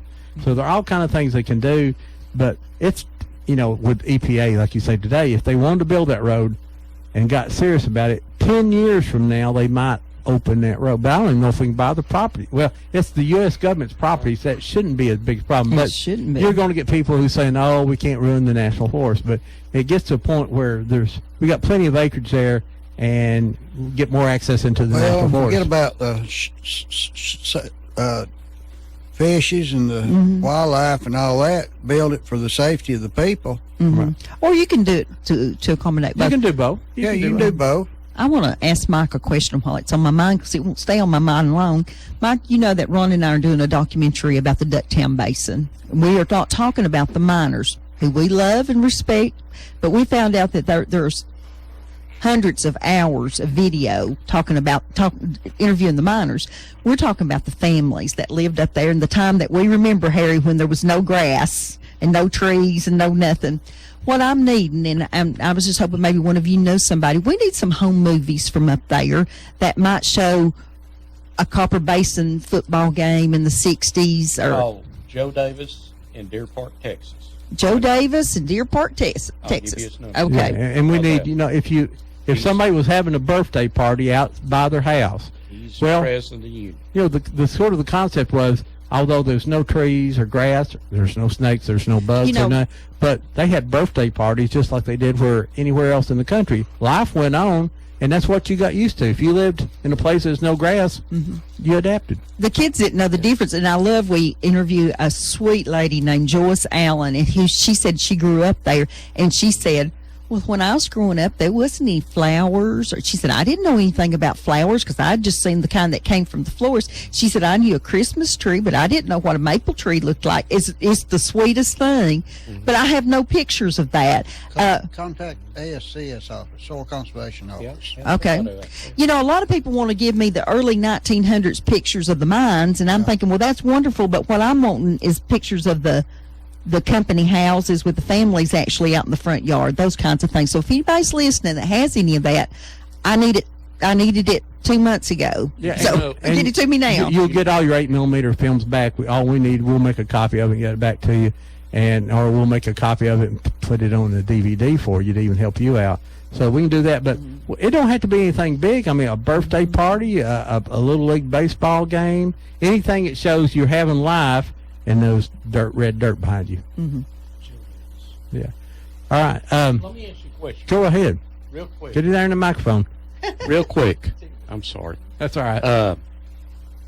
We're going to tie a rubber band around you here in a minute. Since the casino was opened up in Murphy, how much traffic count up and down 411, up down the river? I don't know. I'm sure that will happen. 100%. Oh, I'm the sure. First week. Of course, I was concerned when they were hauling all the coal slag out of there I mean, they were hauling it by the truckloads, and finally they started doing it just at night, but I'd hate to be coming around that mountain. Those trucks were coming down that mountain. Well, they were running in a fleet. Yeah, and so, there was another concern, but I don't know what the traffic count has to be huge. Apparently, they could only run at certain hours because you go up through there and they were all parked on the side of the road, and when it hit 6 o'clock, here they came like a stampede or a race or something. And I know those guys were just making a living, but it was still scary to pass on those curves. We drove by the new casino. It was on a Thursday, and it was going to open on Monday. So we came back on Saturday afternoon, and we didn't, or Friday Back afternoon. up on Monday, huh? Mm-hmm. No, we haven't been up there yet. No, I haven't been up here yet. You know, they said 3 hours what? It's backed up. Oh, is it? To Murphy. Oh, wow. Now? I wonder what the economical impact on Murphy is. That'd be good. It'd be good for them if that's what they want. And I know sometimes some people need it and some people don't. I know that a lot of people in our research that we've done up in Ducktown, when we talk to them, they'll look so sad because the mines are closed and there's really no place for this generation to go to work. And so they've been now for the last 20 years, you graduate from high school and you leave. And there's only about it's 800. sadness. About only 800 families, I think, live in Copper Hill now. And it used to be 2,700. It worked at the mine. So, But if I graduated from up there and only had a mine job, I'd leave anyhow. Yeah, So, I understand. And see, there's not even the mining jobs there now. And so the kids are just leaving. And I know we interviewed Ron Singleton that had been the basketball coach up there. He was coaching during the time that the mines closed down that very last time, or I guess it was one of the big strikes, and all of a sudden everybody was leaving town because there wasn't work. And he had what he perceived to be the state championship basketball team, and the 3 or 4 of the guys had to move. And he was talking about, well, you know, that hurts too, the community that's all together, those kinds of things. But we would love to see someone's home movies, and we got a 1986 video of the bicentennial of the. This will take you back in. Okay, This will take you back into the 50s. okay. Yes. Hey, caller, go ahead. You're live. Well, I'm back in the 50s, you know. Oh, no, Miss Ella. How are you? Well, right now I'm sleepy. I haven't slept in 4 or 5 days because I couldn't get my nerve pills, but I finally got it today. Well, how many beers did you drink? Oh, maybe 4. Okay. Miss Ella, tell our listeners where you are. I'm in Blackfoot, Idaho. Blackfoot, Idaho. Miss Ella is living in a assisted living, I guess, in that area, and we're glad that you called us today. Yeah. Well, you know, my rent's paid, you know, and I don't have no bills. Well, we don't work. We know that you are getting good food to eat, and they're taking good care of you. So we're happy for you, Miss Ella. Yeah, and these girls, they do my hair and they do my nails. Well, how do you get beer snuck in there? How do you? Who's getting your beer snuck in? Her boyfriend. Well, she's got several of those. Mark, I guess. Has Mark been bringing beer all the way up there to you? He's still around here, him and his friends. Oh, okay. Well, that Mark Grissom, he did.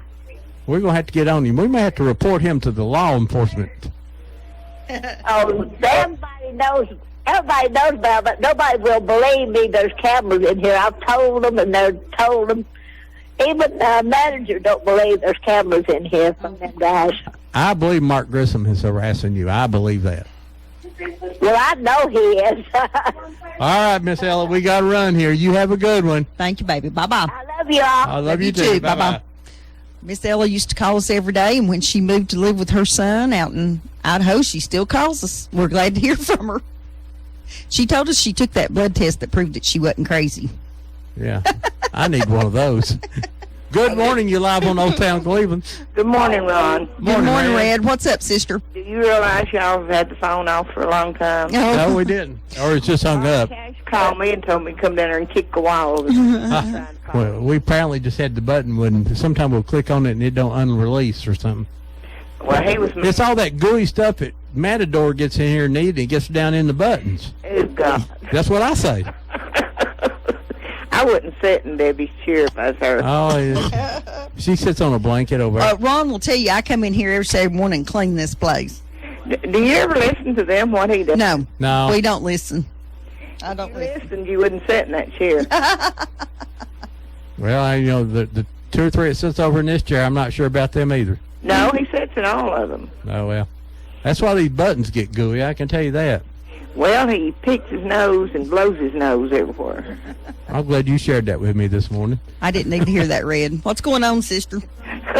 Nothing. I'm just calling you to tell you Bob Cash called me and said go down there and kick walls down. Well, we got Ron's pushed the buttons now. We're back on. We're back into the. I click it about 5 or 6 times to see if it works. All righty. Okay. Thank you, Red. Bye bye. Bye bye. Somebody called me on my phone. I think they were probably trying to tell us the phone was stuck. Well, that's what happens sometimes. And You buttons are- can push this button and a light goes off, but it doesn't mean it worked. So it's open now. Call us at 614-5553. We got Harry Reimer here and Mike Witt, and we're talking about Polk County, all things Polk County from top to bottom. You know, Mike, somebody did call. There's only 7 subjects we won't talk about. Who killed who? we'll leave those out. Mike, somebody did send us some movies. And it was in 1940s movies. But when it snowed in Copper Hill. It didn't show the dirt. So all you see is the snow. It doesn't look like anything different. What about the one of the Polk County flood up there? Yeah, I don't have a copy of that. Is it on YouTube? I have no idea. There's a 1964 movie of some family that came through here that stuck their camera out the window and was videoing, you know, the mines and stuff. And we're going to contact them and ask them to use that. My sister gave me a reel that must have 2 hours of 8mm movies on it, and she promised me there's a 5-minute segment in there when she drove through there in the 60s, filming out the window. And I just haven't run it all through there yet because I want to record it when I watch it. But I'll do that soon. The big the rivers in there, basically you have several rivers. Those of you got Jack River, which up behind your house some way back. I've never been up to it. I've got a brother-in-law that does a lot of traveling. He's in Colorado living now and been all over the country, but he goes to Bali a lot and everywhere, and he says that's the prettiest place in the country. It is pretty up there. It is pretty. And the last time we were up there, the hogs had rooted up the picnic tables and stuff, but I'm sure that they've come in and fixed those now. And they had quite a flood up there in the last couple of years when we had way too much rain and it came down off that mountainside. It ain't no easy way to get to Jack River, though. The roads aren't great to get there. You go through the creek a couple of times. Now, do you actually remember some railroad tracks running up through there? Like I say, I've never been. Oh, okay. I'm sorry. But now Conosaga had tracks running all back up in the mountains up there on that. Bring the lumber out. Yeah, narrow gauge engine back there. Then Jack River, and of course you got Ocoee and Hiwassee. What else is up there? The Conosaga River runs through there. Quite a few rivers. Selco. Okay. And have you ever been back up to what they call the what was it? The Dutch settlement. The Dutch settlement. You ever been to that? It's there's nothing much left there. Well, it's where this Dutch community come in, and they were going to be living utopia up in the middle of the mountains and grow grapes and make wine. That's what they were going to do, and it was like they were going to be there all by themselves. But I think the Polk County boys found the good-looking Dutch girls, and it sort of got that utopia out of the way. Yeah, that kind of took care of that. Yeah, sometimes you let Dayton sort of. Now, what that did do is people came through this area and wrote about it, so we know a lot about it. Yeah. Let's see. All right. Folks, you're listening to Old Town Cleveland here on Whoop FM 99.9, or you go to the internet at www.whoopfm.com. You can see us here, it's there. About Tuesday of this week, coming week, you'll be able to see this entire program on YouTube, and we'll tell you more about how you get to that. You can call us here at 614-5553. Harry Reimer and Mike Whitson here talking about all things that are Polk County. When's the last time they built a brand new road in Polk County? Well, we just got through on 411. Well, but that they just widened it, but a new road. A new road. A new road for transportation. I know here in Bradley County. Push that button again, Ron. It's locking up again. Okay. Now try it again. Okay. Ron, tell us about next week's show, the live wrestling. Oh, yeah, we got... the phone's ringing now. Okay. Well, he pushed it again. All right, try it again, folks. 614. There it goes. Good morning, you live on Old Town Cleveland. Well, you better get that phone fixed up. We're going to come down and clean the yeah, well, it's kind of one of those situations like somebody just called me and told me that all they're getting is a big busy signal, and we have no idea that's what's going on. What's going on this morning? That's what's going on. Every time you call, you get a busy signal, and the operator comes in and she says, she'll call it for us for $2. Yeah, I mean, you know, if I That phone companies find a way to make money off you every day, don't they? I thought we was worth $2. really. Yeah. Yeah. Well, listen, I don't know a thing on earth about what y'all are talking about, but I've enjoyed every minute of it. I've been sitting here in the bed listening to it. Good. It's great. The only thing I know about Polk County, I've just been through it 1 or 2 times. Well, you should go back. It's a beautiful, beautiful place. Well, maybe one of these days. They even have a Waffle House now. Where do you live? Pardon? Where do you live? I live in Cleveland now. But Yep. I've told you I'm from Hamilton County. All righty, darling. Well, we'll play your song when we go off the air. That's all right. You know what I told Ron about it. Well, we like it. Well, well, good. All righty. Bye-bye, darling. This is her motto. I'm a swangin'. We play it every We'll week see. for her. Bye-bye. Bye-bye, darling. All right, let's make sure. Yeah. All right, we think it's working. Try it again, someone. 614. You know, the last new road built in Bradley County was Paul Huff Parkway. Ron, get the phone. And we've had some roads widened, but they've not been a brand new big road. You know, there's where we got problem with Paul. We need a governor from over here. Go ahead. You're live from Old Town Cleveland. It's T-Band. Hey, T. What's going on, buddy? You finally got through, Yeah, it's been beeping all the time. Do you know Mr. Reimer? I just called to tell Harry Reimer hello. I worked with him for years. T-Band. That's right. I'm so sorry, Harry. I know it. Need electric fence built. CT Bandy. He'll fix it for that's you. right. He's rebuilding. He really worked at Bradley Farmers. He really worked there. You were just there. He worked, eh? Yeah. Did you have a fish truck today? No, it'll be spring now before I have her another fish. No more fish till spring. Yeah. No, Harry, I used to go over at Harry's Daddy's vineyard and then get muscadines and grapes and make wine every year. But Oh, how big of an area did your dad grow grapes and muscadine, or was it just for fun? About a half acre each. Half an acre each. Yeah. Now, did Harry know you was getting these muscadines and grapes, or did you sneak in there? He knows. Okay. Well, it's good to talk to you. Thank you, T. Bye-bye, dear. CT. Bye. Bye-bye. If I ever want to know where an old farm's at in Bradley County, T can pretty much tell me where it was. Yep. Because he's driven those big old trucks all over it, putting fertilizer and stuff on them. Next week, Ron, you have your buddy coming on that's going to be talking about. Ron's over there punching all the buttons. How long ago?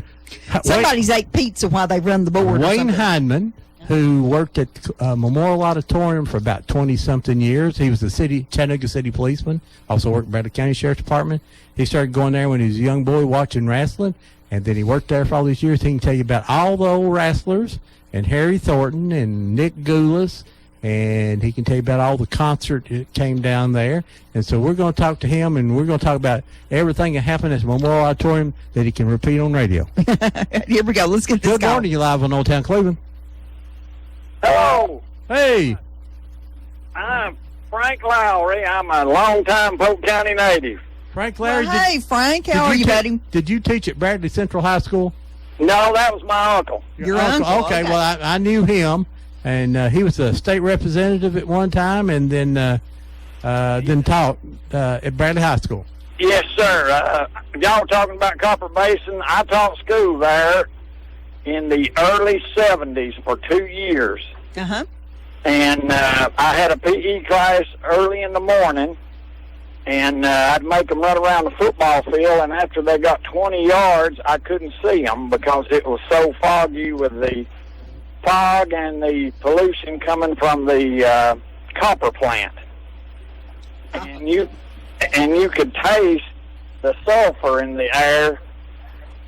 And one of our teachers, Larry Cross, who had a bad case of asthma, had to move down below the mountain because he couldn't breathe in that atmosphere up there. So, and when you come across Boyd's Gap, it looked like a desert. You could see all the way to the North Carolina line, and of course when it rained up there, I know Harry can remember this. Old Corey River would run red all the way down where it wash-soaked red mud down there in the Parksville Lake. I know TVA used to be in battles with them all the time up there because all that red mud went down through the flume line. Yes.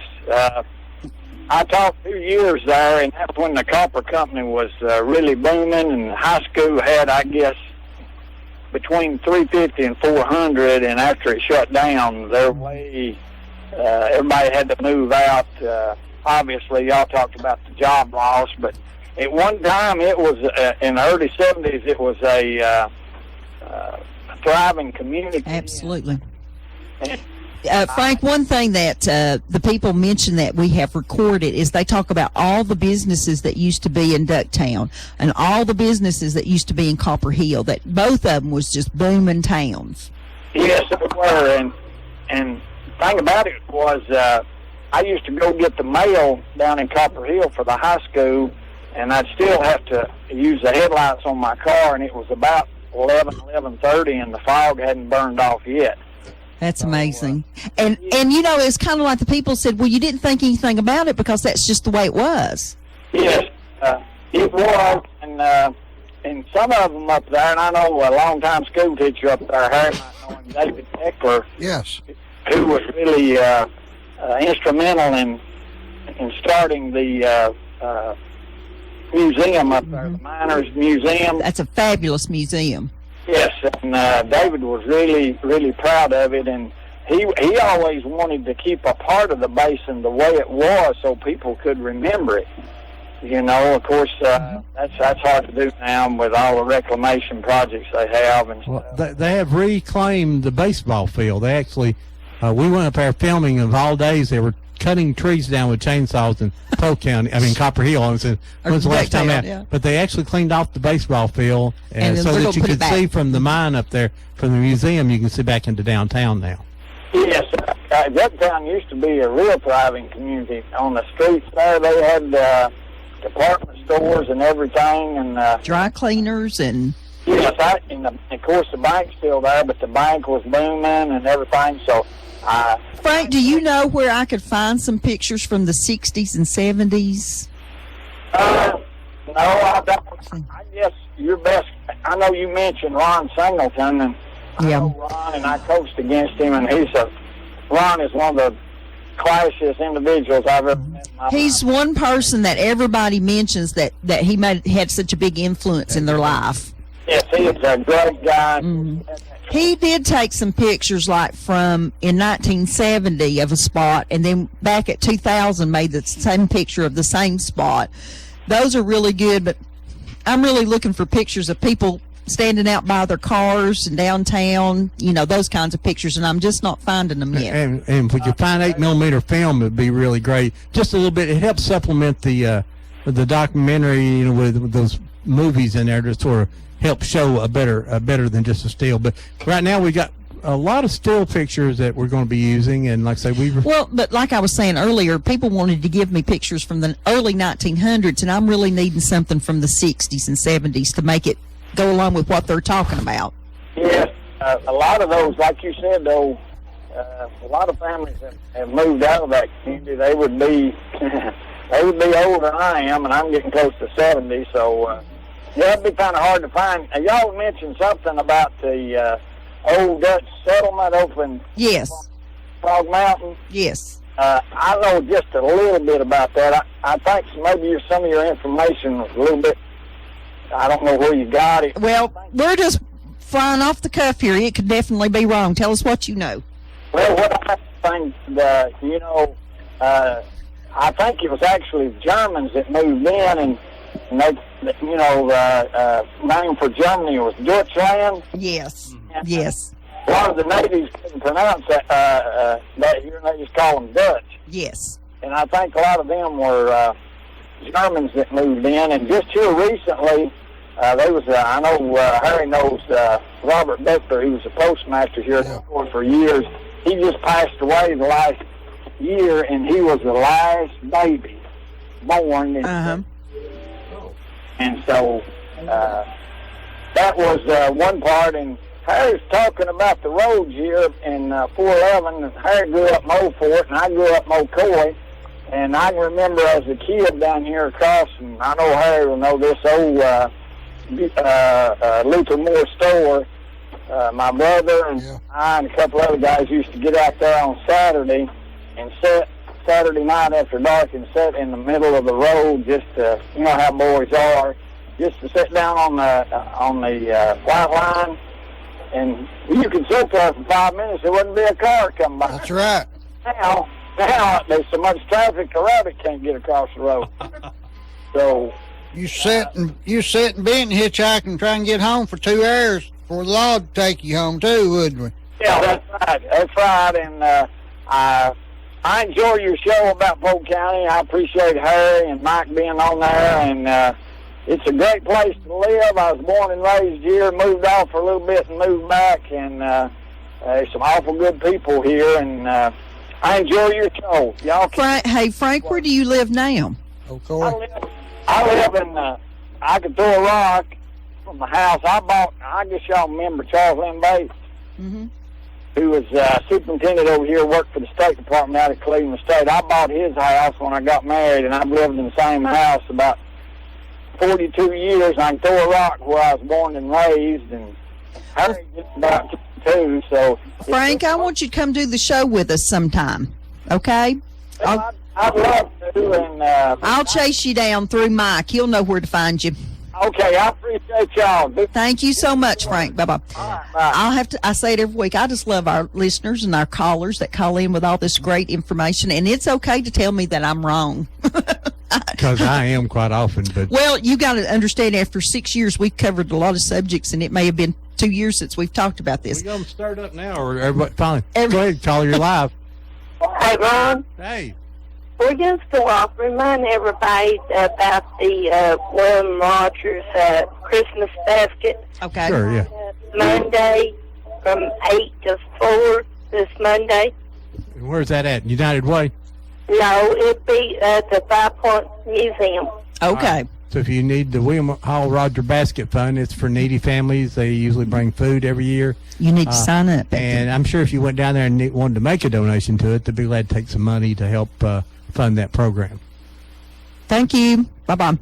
Bye-bye. I want to mention that the exhibit now for the Redback Hymnal is open at the Museum Center. A lot of folks have worked on that.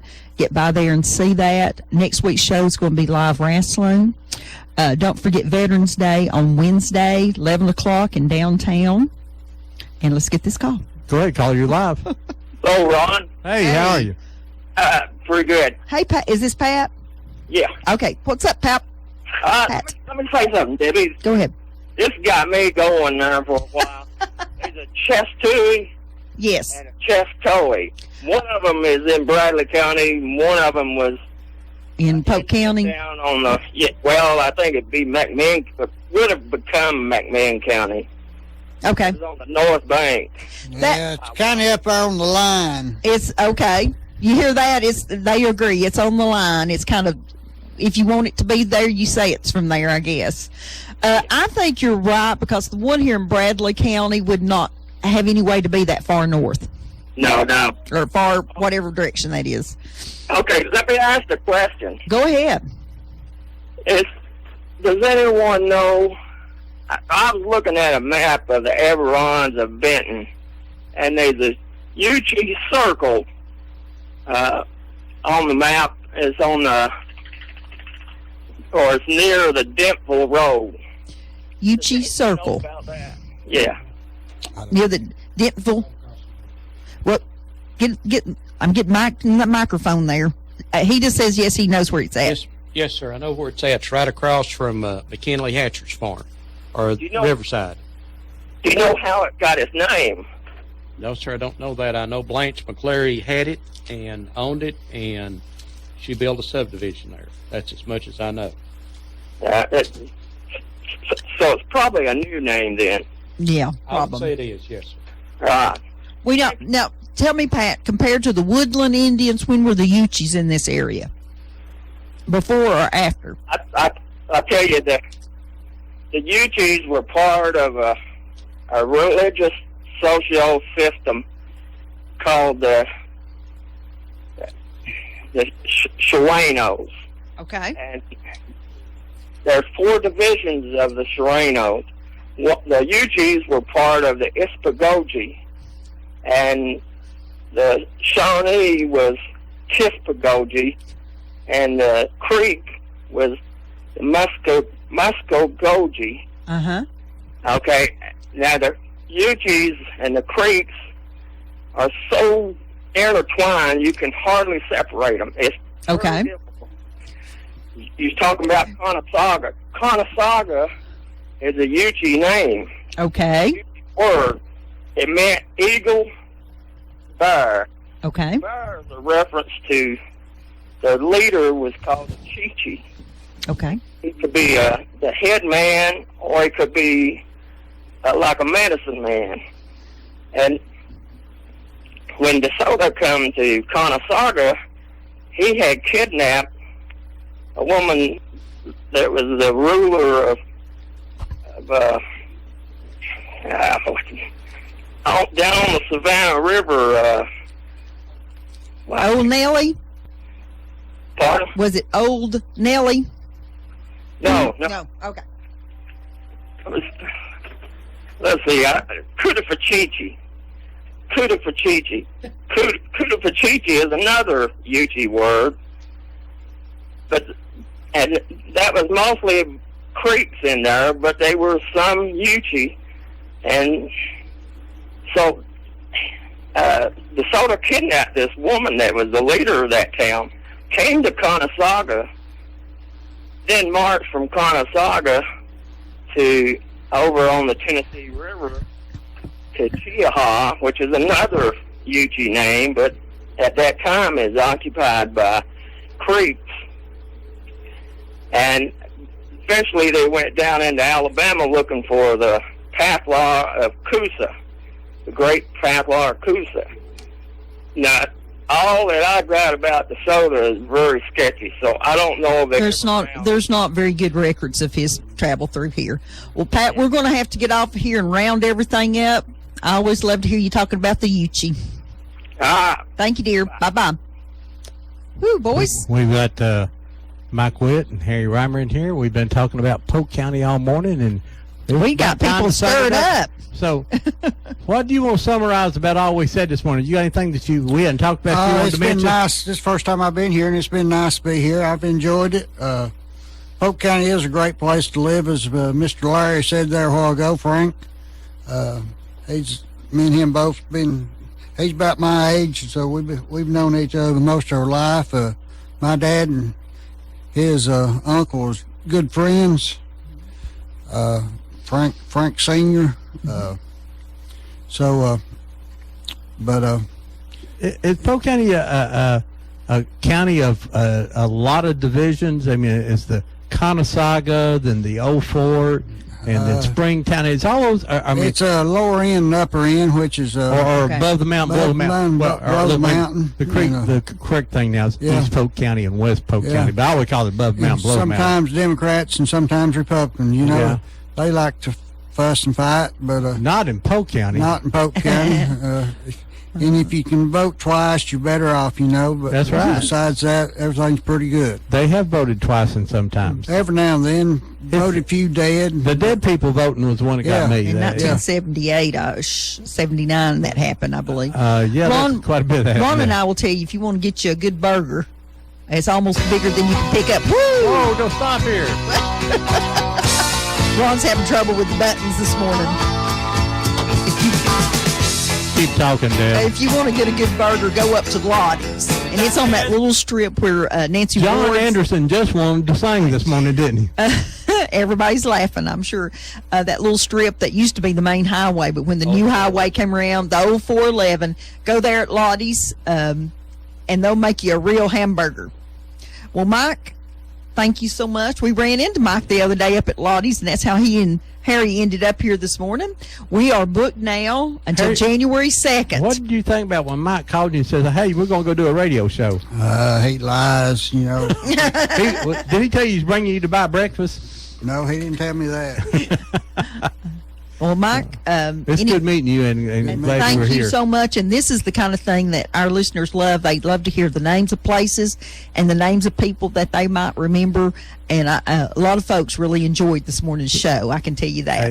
And we could spend months and years on Polk County and all those individuals of the Copper Hill, the Ducktown, Copper Hill split, and then Fort Hill. Old Fort and Conestoga and If you Spring. get Frankie and Larry Cross in here. Okay, we're getting names of people we need to got get one in more here. call here. Let's get this last call. Go ahead, caller. You're live. My name is Larry Webb. I was trying to find about your book or your video about Copper Hill. Do you have copies of that? It's not done yet. We are working on it right now. We had planned on having it done. Unfortunately, Deb had a little bout with cancer, and she takes her last treatment this month, and she'll be completely cancer free and don't have to take any more of the treatment. So Deb took her next to last one yesterday, And I'm so, still up so we're a again. little behind on it. We had meant to get it out in April, and it just didn't happen. But I we're think looking at next April. We're looking at April, and we'll have it done. Do you have pictures or movies from there? No, I don't. Okay. Well, if you'll just listen to us, you'll know when it'll be ready. And like I say, we think it's going to be in the spring. We did one on Caney Creek on the Coy River a couple years ago, and then we did a documentary about dirt track racing in this area too. And both those are available at the Ducktown Basin Museum. That's absolutely right. Well, thank you very much. Thank you for calling. Yeah, Bye-bye. Thank you. All right. Mike, any parting words? Just glad to be here. Well, thank you so much for coming. It's Hope always I a get pleasure. invited again. You will be. And I've got Mike on standby. When somebody cancels on me on Thursday, I'm going to call him, and he's going to come help us because he can talk about most anything. Okay. You know, there's 2 more of those books out. There's what? 2 more of those books out. There's 2 more of these books? Okay. Well, I bought these heritage books just, wasn't thinking very much about it, and boy, now they're highly sought after. Okay. Folks, our show is about saving history, so we asked you every week to go get those pictures out of those shoe boxes and out of the drawers, and make sure somebody helps you and just little white labels and write down who's in those pictures. Then share those people, share your stories, record your moms, your dads, your uncles, and your aunts, because their stories, when the day they die, that history goes with them. So you've got to be responsible and start saving that history. We'll always remember Pearl Harbor, but Will we remember Aunt Pearl? See you guys next week on Old Town Cleveland. bye-bye, y'all. You are listening to WOOP-LP, Cleveland, Tennessee. Whoop FM is a broadcasting service of the Traditional Music Resource Center, and we play America's original music. Check into Checking to Cash. Need a little extra cash?